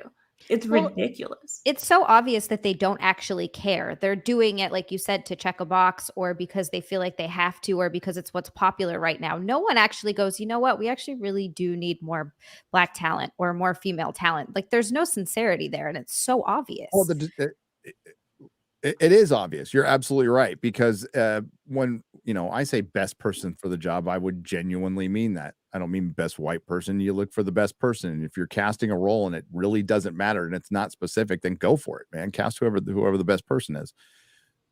When we talk about it, we're talking specifically about lore that's been established. And if you're trying to buy a brand and sell that brand to the people who have loved that brand, because that's that guaranteed money, that's what makes a brand valuable, then you probably want that brand to look as much as like that brand as possible. And the only places they seem to be making the changes is in the brand. It's not in original entertainment. Exactly. Yeah, all I remember about, did you guys see that that show on Netflix? It was with the all Asian cast. Oh my god, all of a sudden Beef. I didn't see one negative thing said about Beef. Everybody who watched that show was like, holy shit, this show's fucking great. This is an awesome show. I watched it. I loved it. It was an original show with an all Asian cast and it was just fucking good. It was just good. That's all that they needed to do. And for some reason, they just won't. They don't know how to write anything good. That's the problem. That's the premise Back to the fact that they have no talent.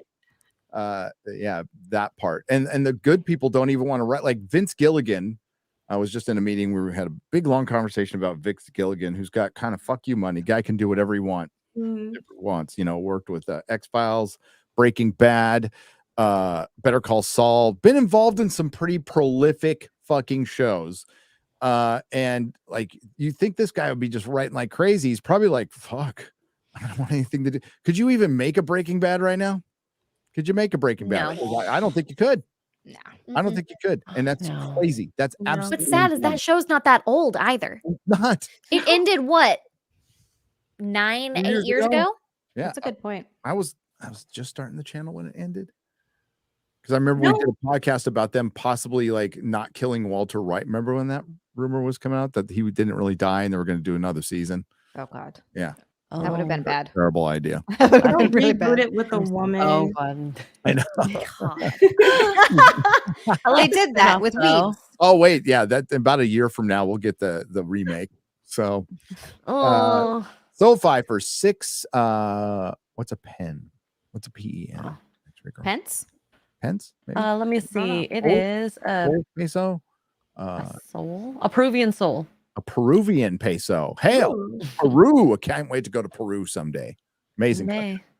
Since G is under attack and can't super chat there, guess I'll do it here. Hail the 199. Yeah. I'm gonna retweet that. Our good friends at Geeks and Gamers got demonetized. Yeah. That is such crap. It is crap. They're working on it right now, and Jeremy and Ryan and the gang are working on it behind the scenes. Jeremy will be live on D-Day Cobra tonight to talk about it some more. I think the best thing you could do is retweet his tweet at Team YouTube and try to refrain, please, from calling Team YouTube any names right now. Yeah. We're trying to help. Trying to be our nice. friends, Geeks and Gamers, but I'll keep you updated once I hear anything. But please support them, my good friends. I'm super concerned right now, but yeah, and I heard about it like right before the show, and I was like, Sucks. Yeah. just proof that they can pluck you whenever they want, indiscriminately. We think it's an error. We do think it's an error. So Jeremy's working on it right now. Fanman 344 for $20. The Cisco Kid was a friend of mine. So thank you. Good song. Then there's The Frisco Kid, which is a great movie with Harrison Ford and Gene Wilder. If you haven't seen it, it's a freaking classic. It's great. I've been so burnt out on a lot of the new media, new movies that it just every time I leave the theater, I'm bummed out about it. So I've actually been reviewing like older classic movies lately, ones that I just missed and haven't seen. I just did Boogie Nights, which was awesome. You didn't see Boogie Nights? No, there's like a few classic movies that I just totally missed for some reason. And so I'm going back and watching them and reviewing them. And it's just such a breath of fresh air to watch something that's good, like good writing, good acting. It's so nice. Boogie Nights is one of the single greatest films ever made to present what a subculture is. Like it really defines, because that's what I grew up in a subculture. It wasn't Same. porn, but yeah, Same. I grew up in drugs, and it Same. absolutely there you go. It absolutely captured the spirit perfectly of what Yes. that life is like. Yep, absolutely. And just there were some really phenomenal scenes. That scene with Alfred Merlina was like unreal. It's some really impressive performances. I've been in a room like that with a bunch of tweakers with guns and music playing. You're like, oh shit, I'm gonna die. John Jensen for 10 Canadian pesos. Thank you. Admittedly, I haven't read the books. I enjoyed season 1. I thought season 2 was not as good, and it appears I won't waste my time watching season 3. Don't read the books. Take your time reading. Read the books.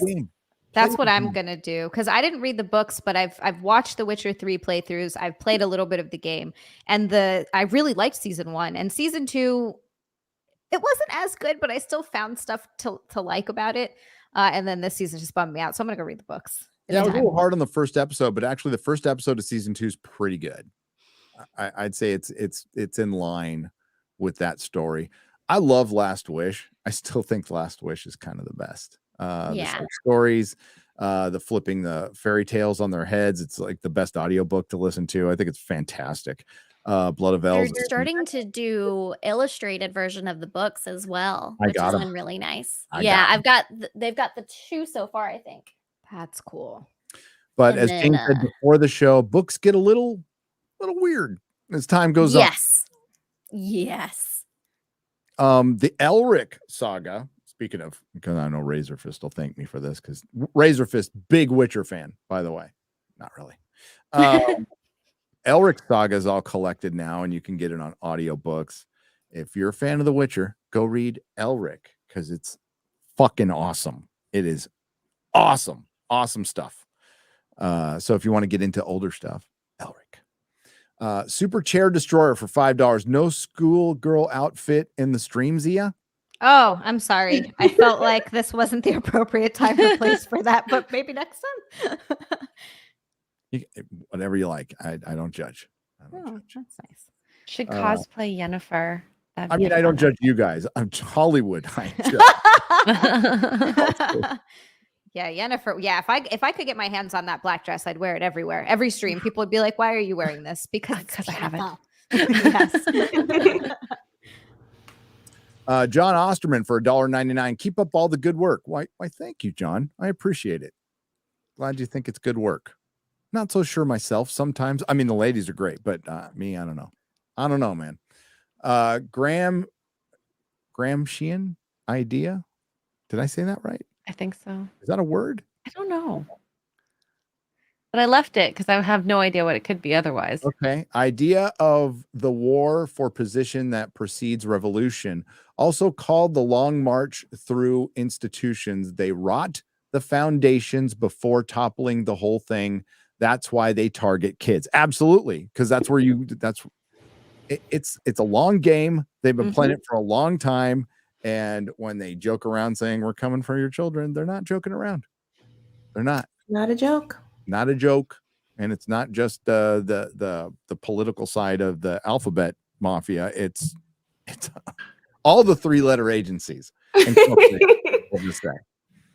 4-letter ones. I got some 4-letter words for him. Robert McNeil for $5. Episode 3 killed me. This has to be one of the worst scripts ever. And I hope Writer's Strike never stops. And guess who wrote it? Haley. Our girl Haley, who was the patriarchy smasher in her bio. Anytime someone has anything like that in their bio, I know they It's suck. so cringe. It is. Like, can't you just be good at what you do? Is that so hard? Yeah. Episode 3 was a special kind of bad. The dialogue was woof. I've heard like podcast audio fanfic stuff way better.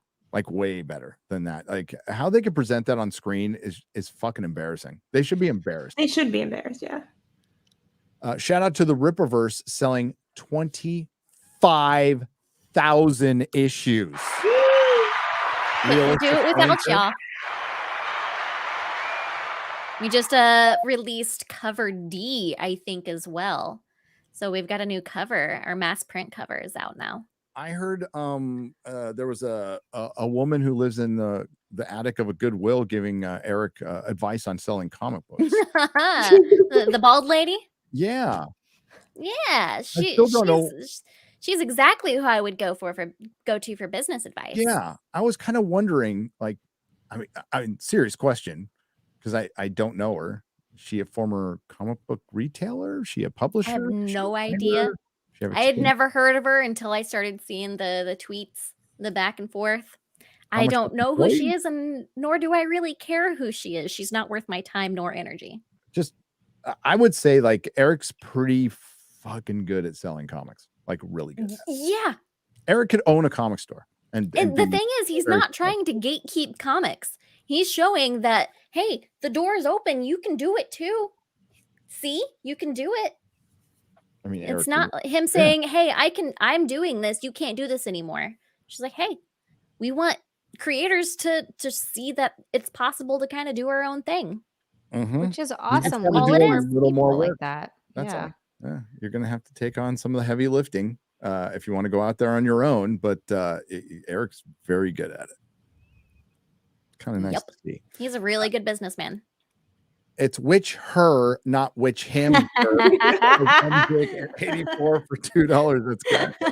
That's a good one. Really good. That is really, really good. I'm gonna totally steal that from my video title, The Witch Her.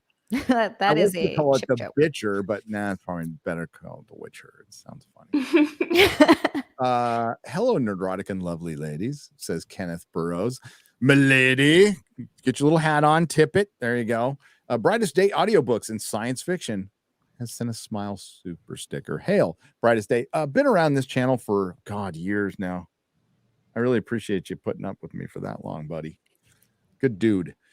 Andrew Valdez for $99.99. Holy shit. As soon as Henry announced he was doing Warhammer, it was over for The Witcher, because Warhammer is absolutely enormous. Despite what people say, I actually remember when they were making fun of him and didn't like, dude, you have absolutely no idea how much it makes. Oh, as far as the Warhammer thing, Warhammer is very popular. Rakes in the cash. There was a hobby store down for me because I didn't know anything about Warhammer, so I didn't get into it. Same with Magic cards. I'm like, I'm not going to do things at my comic store. I'm not going to do things I don't know anything about.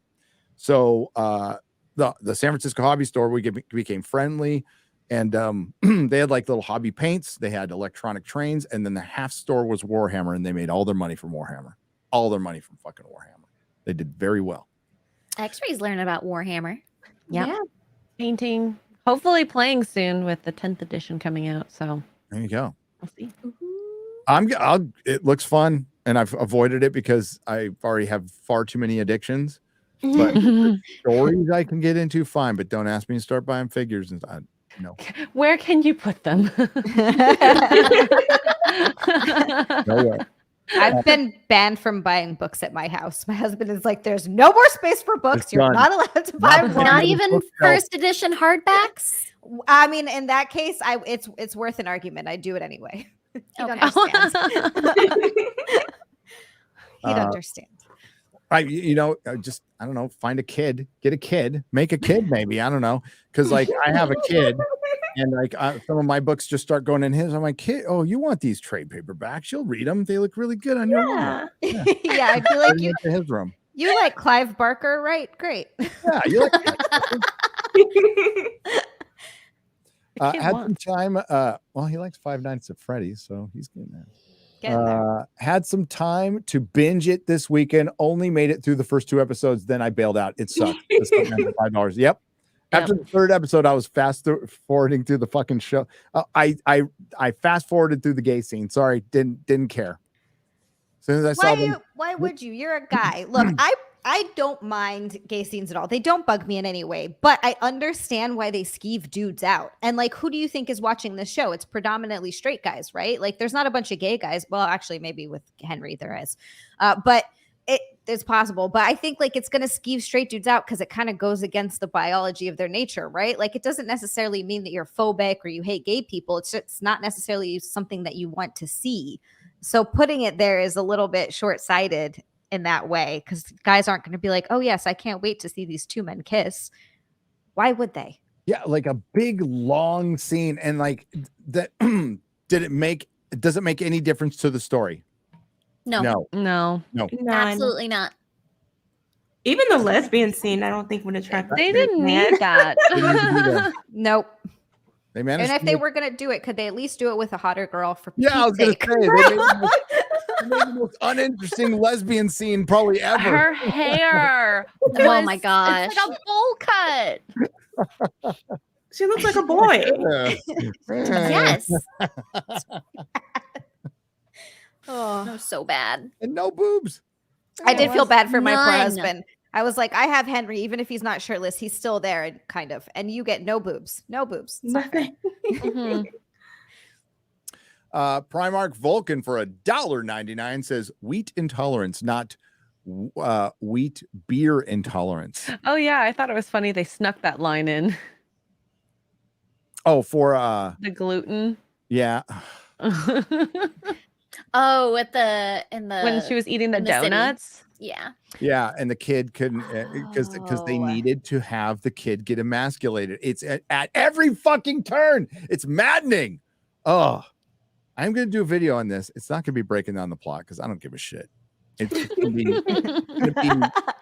gonna be a little racy. I'm gonna explain how this particular woman cannot write fantasy and cannot write men. She has no fucking idea what she's doing writing men.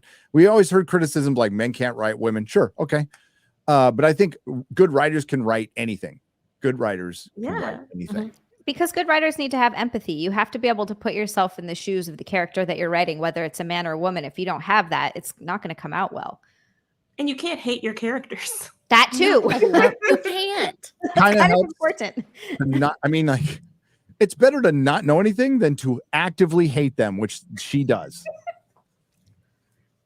I'll just take somebody pathetic. new, yeah, like who's like open to the idea. Except that's like, well, I want to adapt this Witcher show, but I really hate this toxic masculine Witcher. Okay, Then Viva go La- write a different show. Yeah. right, please. Viva La Dirt League YouTubers did a spoof series of The Witcher. It was a joke and had more heart and soul than the Netflix series. I'll have to watch it. Thank you, Ace 158920001 for $5. Lucas Halastra for 25. What's a PLN? Oh, is it Polish? Is that one Polish? I think it's Polish, yeah. There you go. Polish peso says people in Poland hates the woker. Most season 3 reviews are negative, even in mainstream media. Let's call it Yennefer Adventures, pure bait and switch. Yeah. Perry tweeted today that they should just call it the sorcerer or the sorceress, Yeah. which would Yeah. be more accurate. But now it's the witch her. I like that. I'm sticking with That was really the good. witch her. Fat Steven, what's up, buddy? For 2 Canadian pesos. Remember the remember panel to watch Gary play Gollum. I don't know if I'll do that again. I don't know if Az can survive it. Poor Az and Mahler, that whole stream. That was fun though. to watch. It was very entertaining to watch. I'll give it that. Oh, it so was. I'm playing The Witcher. I'm going to probably do a members Witcher thing this week because I'm like, I'd just rather play the game. I Need a think palate that's- cleanser. Yes. That's why I waited to watch the Indiana Jones trilogy until after, because that will be my palate cleanser. Smart. Because I've watched a lot of shit in the last week, and it's so funny that they're like they're piling it on. We're getting like movie after movie, and then they're on strike again, and we're going to be like COVID times again. It's going to be nothing. It's going to be so weird. Lady Gravemaster, who was not supposed to be super chatting. Gary, I am not a grifter. Also, Gary, have a kid so you can have an excuse to put more things. Yeah. Yeah. LOL. Also, unless I missed it while making lunch, has anyone tapped on the yen ego boost from Siri? Your powerful perfection. Yeah, fucking. Oh, it's filled with that. Boy. Oh, when they said that, it's like, oh, Bechtel test. Ding. Oh yeah, that was throughout the episodes as well. It was. Mhm. I'm like, oh, it's more women talking to women. That's real. Okay, are they talking about anything that'll move the story? No. Okay, never No. mind. Fat Steven says, remember, Amazon has Fallout series coming. Oh, made by the makers of Westworld. That's right. So does that mean the first season's going to be great and then it's going to be truly terrible? Probably. They may just start with terrible this time. They might. Well, they That's might. true. Didn't they? I mean, if it's the writers from the end of Westworld, it's going to be bad. Oh, why do they keep ruining good things? I don't know. Westworld can be watched as one. Just don't even think about there being One a season. One Yeah. season. First season's so good. Yeah. So good. I thought they were like really going to explore consciousness. That's my naive ass was thinking about it. No, it's AI robots killing people, blah, blah, whatever. And it all ended up being a simulation. That's where they were going, by the way. It was all everything's a simulation. Wow. Within a simulation. And everybody guessed that within the first fucking season, kind of like with Lost. Like, oh, they're in purgatory, or they're dead or something like that. Best line in Ash versus Evil Dead. I've got a brand new spanking hand and a brand new spanking hand. I don't remember that line. I've got a brand new spanking hand. I think that was that. I've got a brand spanking new hand or a brand new spanking hand. Yeah, There you go. I was like, I don't know. No, that's because he got a hand instead of his saw. He got like a robot hand. He got a robot. I don't know if I could do a robot I hand. just fucked that up. Sorry, Nuclear Winter Game. I apologize. For 5 Canadian pesos. If people have not seen Ash versus Evil Dead and you like the Evil Dead movies, watch it. It is absolutely a sequel to the Evil Dead, and it's sent by Sam Raimi. Bruce Campbell comes back, and it's like the Cobra Kai of horror. They introduce 2 new characters who are very likable, and Ash is Ash. Doesn't change. He brings back the Deadites on a date, and he gets fucking stoned, and he starts reading out of the Book of the Dead, and then he's trying to think like, how did the Deadites come back? Fuck, and then he opens the book, and an empty bag of weed falls out, and he goes, "Oh fuck." So good. Oh, it's so good. Remember when Firefly was considered expensive? Smooth the DJ. Firefly. What It a hurts great my show. heart that we never got more of that. I know. So Yes. sad. But they shouldn't touch it. Don't touch it. Don't touch Yes, it. in agreed. today's Now, time. Do not touch it. Agreed. Stay no far, Firefly. far, far away. No Joss Whedon, no Firefly. Brightest Day audiobooks and science fiction. Demoralize, destabilize, crisis, normalize. Yep. Oh yeah. Yep, that's Problem? the plan. Reaction, solution. Government is here to keep you safe. They're trying to cause more division. And Yep. I don't know how people aren't seeing that either. It's very That's obvious. exactly what they're doing. So obvious. Let's just make everyone hate everyone. We're going to go do this stuff over here, but you guys won't notice because you're fighting. Oh, and like, even though the woke stuff is like starting to fall now, it's going to take a couple years. This is still going to take a couple years. You're still going to see clapback, and and then there's an election. Oh, I think they went too far with the kids' trends. they did. Yes. That's what fucked them up. Even the, Yeah. the Young Turks went off on that. Of all people in the world, Wow. they're like, you guys walked. Well, they see it as walking into a trap. I don't see it that way. I see it as they absolutely were pushing the envelope as far as they could. And yes, they went after kids, and a lot of people drew the line. That'll unify some people. It's a losing argument. It's an absolutely losing argument. And it will be all the time in this country. Slain Hope for $2. Now they teach kids to take candy from strangers. They do. I mean, essentially, that's what it is. Don't tell your parents. No. So if you're part of a movement, you need to start calling that stuff out a lot, or it's going to greatly damage your movement. It already has. Summer of 1970 for $5. I just want a good second season of Tom and Chip Hardy's Taboo series. I know. When waiting for so long, that's such a good. Now that is a move. I guess it's a show that didn't get fucked up. It only had one perfect season. So I started that one and I need to finish it. it's so fucking good. It's so good. Tom Hardy's. It's done by the same guy who does Peaky Blinders, Stephen Knight. Oh, And it's about a guy who survives. He's on a slave ship and he survives, and he ends up getting saved by a tribe in Africa, and he comes back, and his dad works for the East India Company, and it's about like the War of 1812 and British Vancouver Island, but it's also got like supernatural stuff in it. It's a really fucking cool show. It's a cool show. all right. You got me with the supernatural stuff. I'm in. Yeah, and Tom Hardy plays like basically a super. He's got a top hat on, and yeah, it's kind of cool. It's kind of cool. Love it. Oh yeah, and he wants to have sex with his sister, so they have to mix him. Oh, Well, you know, it was that's- successful in Yeah. Game of Thrones, I guess. Yeah. Brain Sync for 2 British pounds. When I was a kid, I used to watch The Jeffersons. Arnold, Prince of Bel-Air.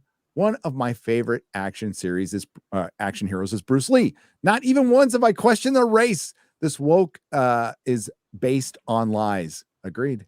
It's entirely where they're calling people racist who clearly aren't racist. It's they're making bad products and then telling people who don't like it that they're racist, which is just doesn't even make any sense. No one had any issues with Sarah Connor in the Terminator movies. Like everybody loved that. There are so many good examples of it throughout time that people are like, no, this is phenomenal. This is great because they made a good product. That's really all it comes down to.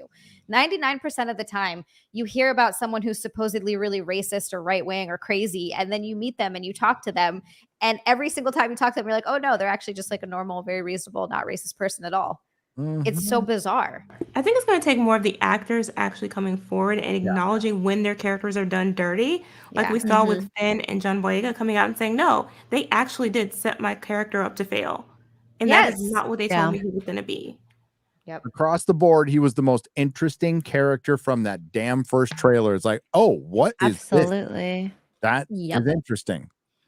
You know, and they made him a janitor. That's kind of fucking racist. little. Known as poor now. Yeah, say it. Ray. Yep. He's I know. a- Hey! I know. God. And then in the oh my god, all of a sudden the posters in Japan, they're like, we'll make him this big and we're gonna Oh put him yeah. all Oh yeah. the way in the back. China, sorry, not Japan. Which is like, are you fucking serious? So it's okay for other countries to be racist. We'll pander to them, but we're gonna talk down to the people in this country who aren't racist. Like it's so ridiculous. But I think they're projecting anyway because Yep, you they are. can see movies like Fast X do incredibly well in China. And it's like the most do. diverse movie ever. Good point. Mhm. Good point. Yeah. That's absolute bullshit. And the fact that they covered Chadwick's face is pretty. Oh my God. Oh, with Black Panther. Pretty Yeah. telling. Whoo. Yep. Oof. They made the Little Mermaid poster very blue. So she Blue. did. She just made a person. Matt Faxine for 20 Canadian pesos. I have an idea of how they could save the DC universe. They could do a mini series based on New Frontier, which is a fantastic book, and would show the transition between the Golden Age heroes and the Silver Age heroes. What do you think? I don't know if I wouldn't worry about a universe anymore. I would just adapt that. That's a really good story, and it would be a hit movie. It would be a hit movie. It's a fantastic story. Darwin Cook. Matt Guy for 2 British pounds. Go Team Venture. Oh my God, we are 3 weeks away. 3 weeks away Oh, from Venture it's so Brothers. soon. So happy. Thank you, Matt Guy. The Spectre for $4.99. The new indie movie made $152 million this weekend. That's counting today, right? That's counting today. Does this change the trajectory of it being a total flop, or does it mean it could break even? Not even close. Not even close. Yeah, it's not going to break even. It still hasn't made Good. its money back. They need No, like it costs 500, right? At it least. cost over 300 million to make. Add 100 to 150 million to the marketing budget, but it's usually you have to make 3 times your budget. 3 times 300 million is 900 million. This movie ain't making money. I don't think it'll ever. No, and it's also too long. It's got horrible word of mouth. It's not like Guardians. Guardians had a soft opening weekend, but it had really good word of mouth. People were like, no, kind of liked it. Really good. Not everybody loved it, but it had decent word of mouth. Mhm. And that's what gives movies legs. There is no word of mouth on this. There was none with Flash, and they're flopping very hard. Night King 01 for $4.99. The Witcher should have done what the best books did, which is anthology stories. Every week, Geralt solves a new problem and moral lesson is learned. That's what I want. That's the exactly what I missing want. Thing. The Yes. moral lesson, because we're not getting a lot of that from the stories. It's just, you go, girl. You're Lauren, getting propaganda from the story. You You're are. not getting the story. Netflix and Lauren Hissrich thought they had their Game of Thrones. They did. The first season was pretty successful. A lot of people were talking about it. It essentially came out the year Game of Thrones ended. So they thought they were the heir apparent. Guess not. Oh, well. Shamish on the Streamlabs side for $10. All hail. Or hail all. There we go. We can do either way. How do I keep my chill in these times? I'm in my mid-20s in California's Bay Area, and I usually feel alone in my dissatisfaction with current media. I feel like I can't enjoy the things I love anymore, but you all keep me sane. Thank you as always. Oh, how do I keep my chill? I've seen a lot of bad shit. So, I mean, just point it out. It's going to get better. You just got to talk about it. It also helps greatly to be out of an area where so many people don't agree with me anymore. They're good people over in California. I just have to find them. And I mean, I don't know where the Bay Area is, but if you go to San Diego, shunned into seclusion. is it close to San Diego Comic-Con? You can meet people there, probably. Bay Area? No, it's San Francisco, so it's 500 miles. Oh, okay, never mind. I don't know geography. No, San Francisco's got the Bay Area's got some cool places, but I mean, generally it's run by a hive mind at this point. So it's kind of like it's just not a fun place to be. It used to be a fun place to be, not a fun place to be anymore. That's about how I felt when I left LA. Yep. Go to Texas. It was time. I am so much happier here. People are just fucking cooler. They're just nice too. Yeah. Just random people on the street. I love living out in the middle of nowhere, North Carolina. There you go. North Carolina was very nice. Robert, you were out in the mountains too. I was. Good area. I was near Asheville and I avoided getting shot because I left early. Robert McNeil for $5. Dune is proof that there is still good writing and original lore can still be properly adapted. I agree, but then you have to get I'm not the biggest fan of the guy, but he did a very respectful job with Dune, I think. Denis Villeneuve, blah, blah, whatever his name is. He's obviously 1,000 times more talented than most people. I thought Blade Runner 2049 was trash, but I fucking hate that movie. I like it. I like that gasp from Jayne. She was like, "Thousand Suns." I hate that movie. We're not an echo chamber. See, there you go. Look at that. But he did a great job with Dune. Dude did a great job with Dune, undeniable. And cannot wait for part 2. Yeah, he's one of the, he's got juice. He's got some juice, so he's not going to put up with these any agendas. He's one of the people who has proper understanding of lighting and how it can really affect cinematography. Yeah, this is where we miss the strong creative force because they wouldn't put up with that. Like Nolan, love him or hate him, is not going to put up with any of that shit. Not going to do it. Matthew Vaughn, not going to do it. These people, Guy Ritchie, not going to fucking do it. The Covenant was so good. And we don't have enough people like that who are just strong creative forces. And now they're trying to mandate writing rooms for everything. You can't do that. Writing rooms suck. They mostly suck. And they came from something that was misinterpreted. Like Joss Whedon on Buffy and Angel had his team. They weren't a writing room. They were a team. But Joss was the boss. Joss was the fucking boss. He controlled the entire story. As it should be. As it should be. Mad Max for 200 yen. Thank you. Playing Witcher 3 right now and listening to you guys talk about the show. The game has game stories like A Knight's Tale and Blood and Wine have more heart than the show. Absolutely. I'll probably reread Last Wish. I love that book. It's so good. It's so good. Mr. Pelzig for $2. Too late. They are bringing Firefly back. It'll suck. without Josh. No, are they No. really? Yes, they are. No. Yeah. Well, they got to get something for that Fox deal. That was a dumb deal. Woo, that was a fucking dumb deal. Iger's an idiot. If you think about it, before we take off, we got 4 more super chats.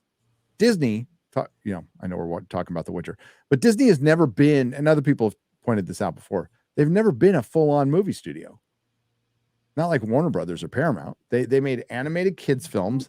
They dabbled in. I remember when Touchstone came around, because that was their first rated R movies. It was very controversial with Ruthless People and Down and Out in Beverly Hills, which are good movies. But they didn't crank out studio level movies all the time like Warner Brothers or even MGM or Paramount or United Artists back in the day, or 20th Century Fox. That's a recent phenomenon for them, relatively recent, and they're not good at it. They're not fucking they can't make television worth shit, and they can't adapt IPs. They just suck. Wolf Colt, thank you for the $1. I appreciate it. Gary's Wizard Beard, thank you for the Canadian peso. Zodlander for that's a good one. Zodlander. I love that. For $6.92. I was in tears when Geeky Sparkle from Clownfish TV was crying in the last video. Indiana Jones 5's bombed. She was so sad, and also she is right. Watch it to the end. Stay cool, and wow, what a panel. I didn't watch the rest of that video. I'll have to. I watch all their stuff. Indiana, see this one, I knew this one was going to hit hard. I didn't quite know for people of my age, ladies. Indiana Jones, when I saw Raiders of the Lost Ark, I liked it more than Star Wars. I walked out of it liking it more than Star Wars. I'm like, Indiana Jones was cool. Like, he was cool, fucking cool all the way. Wanted to be an archaeologist. Went down to made my dad drive me to Tijuana to buy a whip, like a real whip. So cool. And had the whole fucking thing. Indiana Jones was I kept all of my toys. My map room playset, I have the one I bought when I was a kid. I've never opened that box. You know how fucking hard it is for a kid not to open that box, but I knew, I'm like, this could be worth something someday. And it's still here. I'm pointing right at it. I still fucking have it. I still have all my Indiana Jones shit. It was my favorite fucking thing. And for Kathleen Kennedy to do this, like, I don't know if she's gone or not. She should be gone, but like, this is the nail in Lucasfilm's coffin. Good. She should never have had that job. Nope. WTAZZ for $10 says Central Cali is mostly conservative with all ag and oil. You're right, but they're surrounded. We work for a living. Yes, you do. And you need to secede. Brain Sync for £5 Ellen Ripley, Sarah Connors have always been icons for men and women. Badass, relatable, flawed human beings. Intersectional feminism killed strong female characters, and it's the worst enemy of feminism. It really is. Yeah, especially for true feminists too. It's like, Jesus Christ, you look at this stuff and all it's doing is hurting the original point that they were trying to make. Exactly.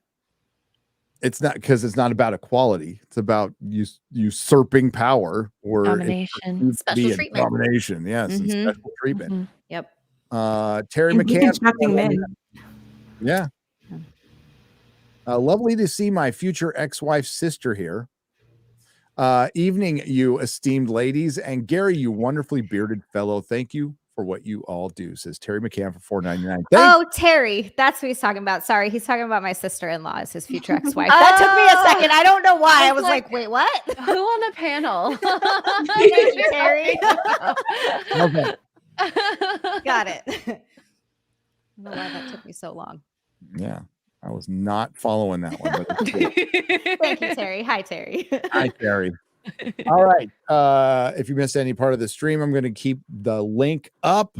It'll be unlisted, but I'll keep the link up, and then it'll be re-uploaded on Nerdrotic Live. So catch there, and then it'll be on Spotify and all the other things. So let's go around the horn here and find out what these ladies are doing next, including Carolyn. What do you got coming up? Anything? Oh, goodness. This is actually a busy week for me. I will be on Toxic Femininity tonight on Midnight's Edge. Tomorrow I will be on Drunk 3PO's channel. And on Wednesday, I will be on Side Scrollers. And on Thursday, I've got No Man's Sky with the lovely X-Ray Girl. And then Sunday, I'll be on Simpcast. Yay. Does that game work now? Yes. Okay, because I the last time I heard it just didn't work very well at first. But I remember my friend It's a talking about it completely new game. when it was in beta and saying like, this is going to change the world, man. I was working at GameStop when it came out, and it was just horrible. And then it took a couple of like their big updates, and then it's actually like good. X-Ray Girl can tell you I got her very addicted. Yeah, I spent 95 hours playing this game. Wow. Since in the last month. Since Vegas. Since Vegas. Yeah. I don't know how you find time to do that. I wouldn't. Well, even... actually, I was playing this while watching The Witcher. I do that a lot while I watch TV and do my research and stuff. So That is smart.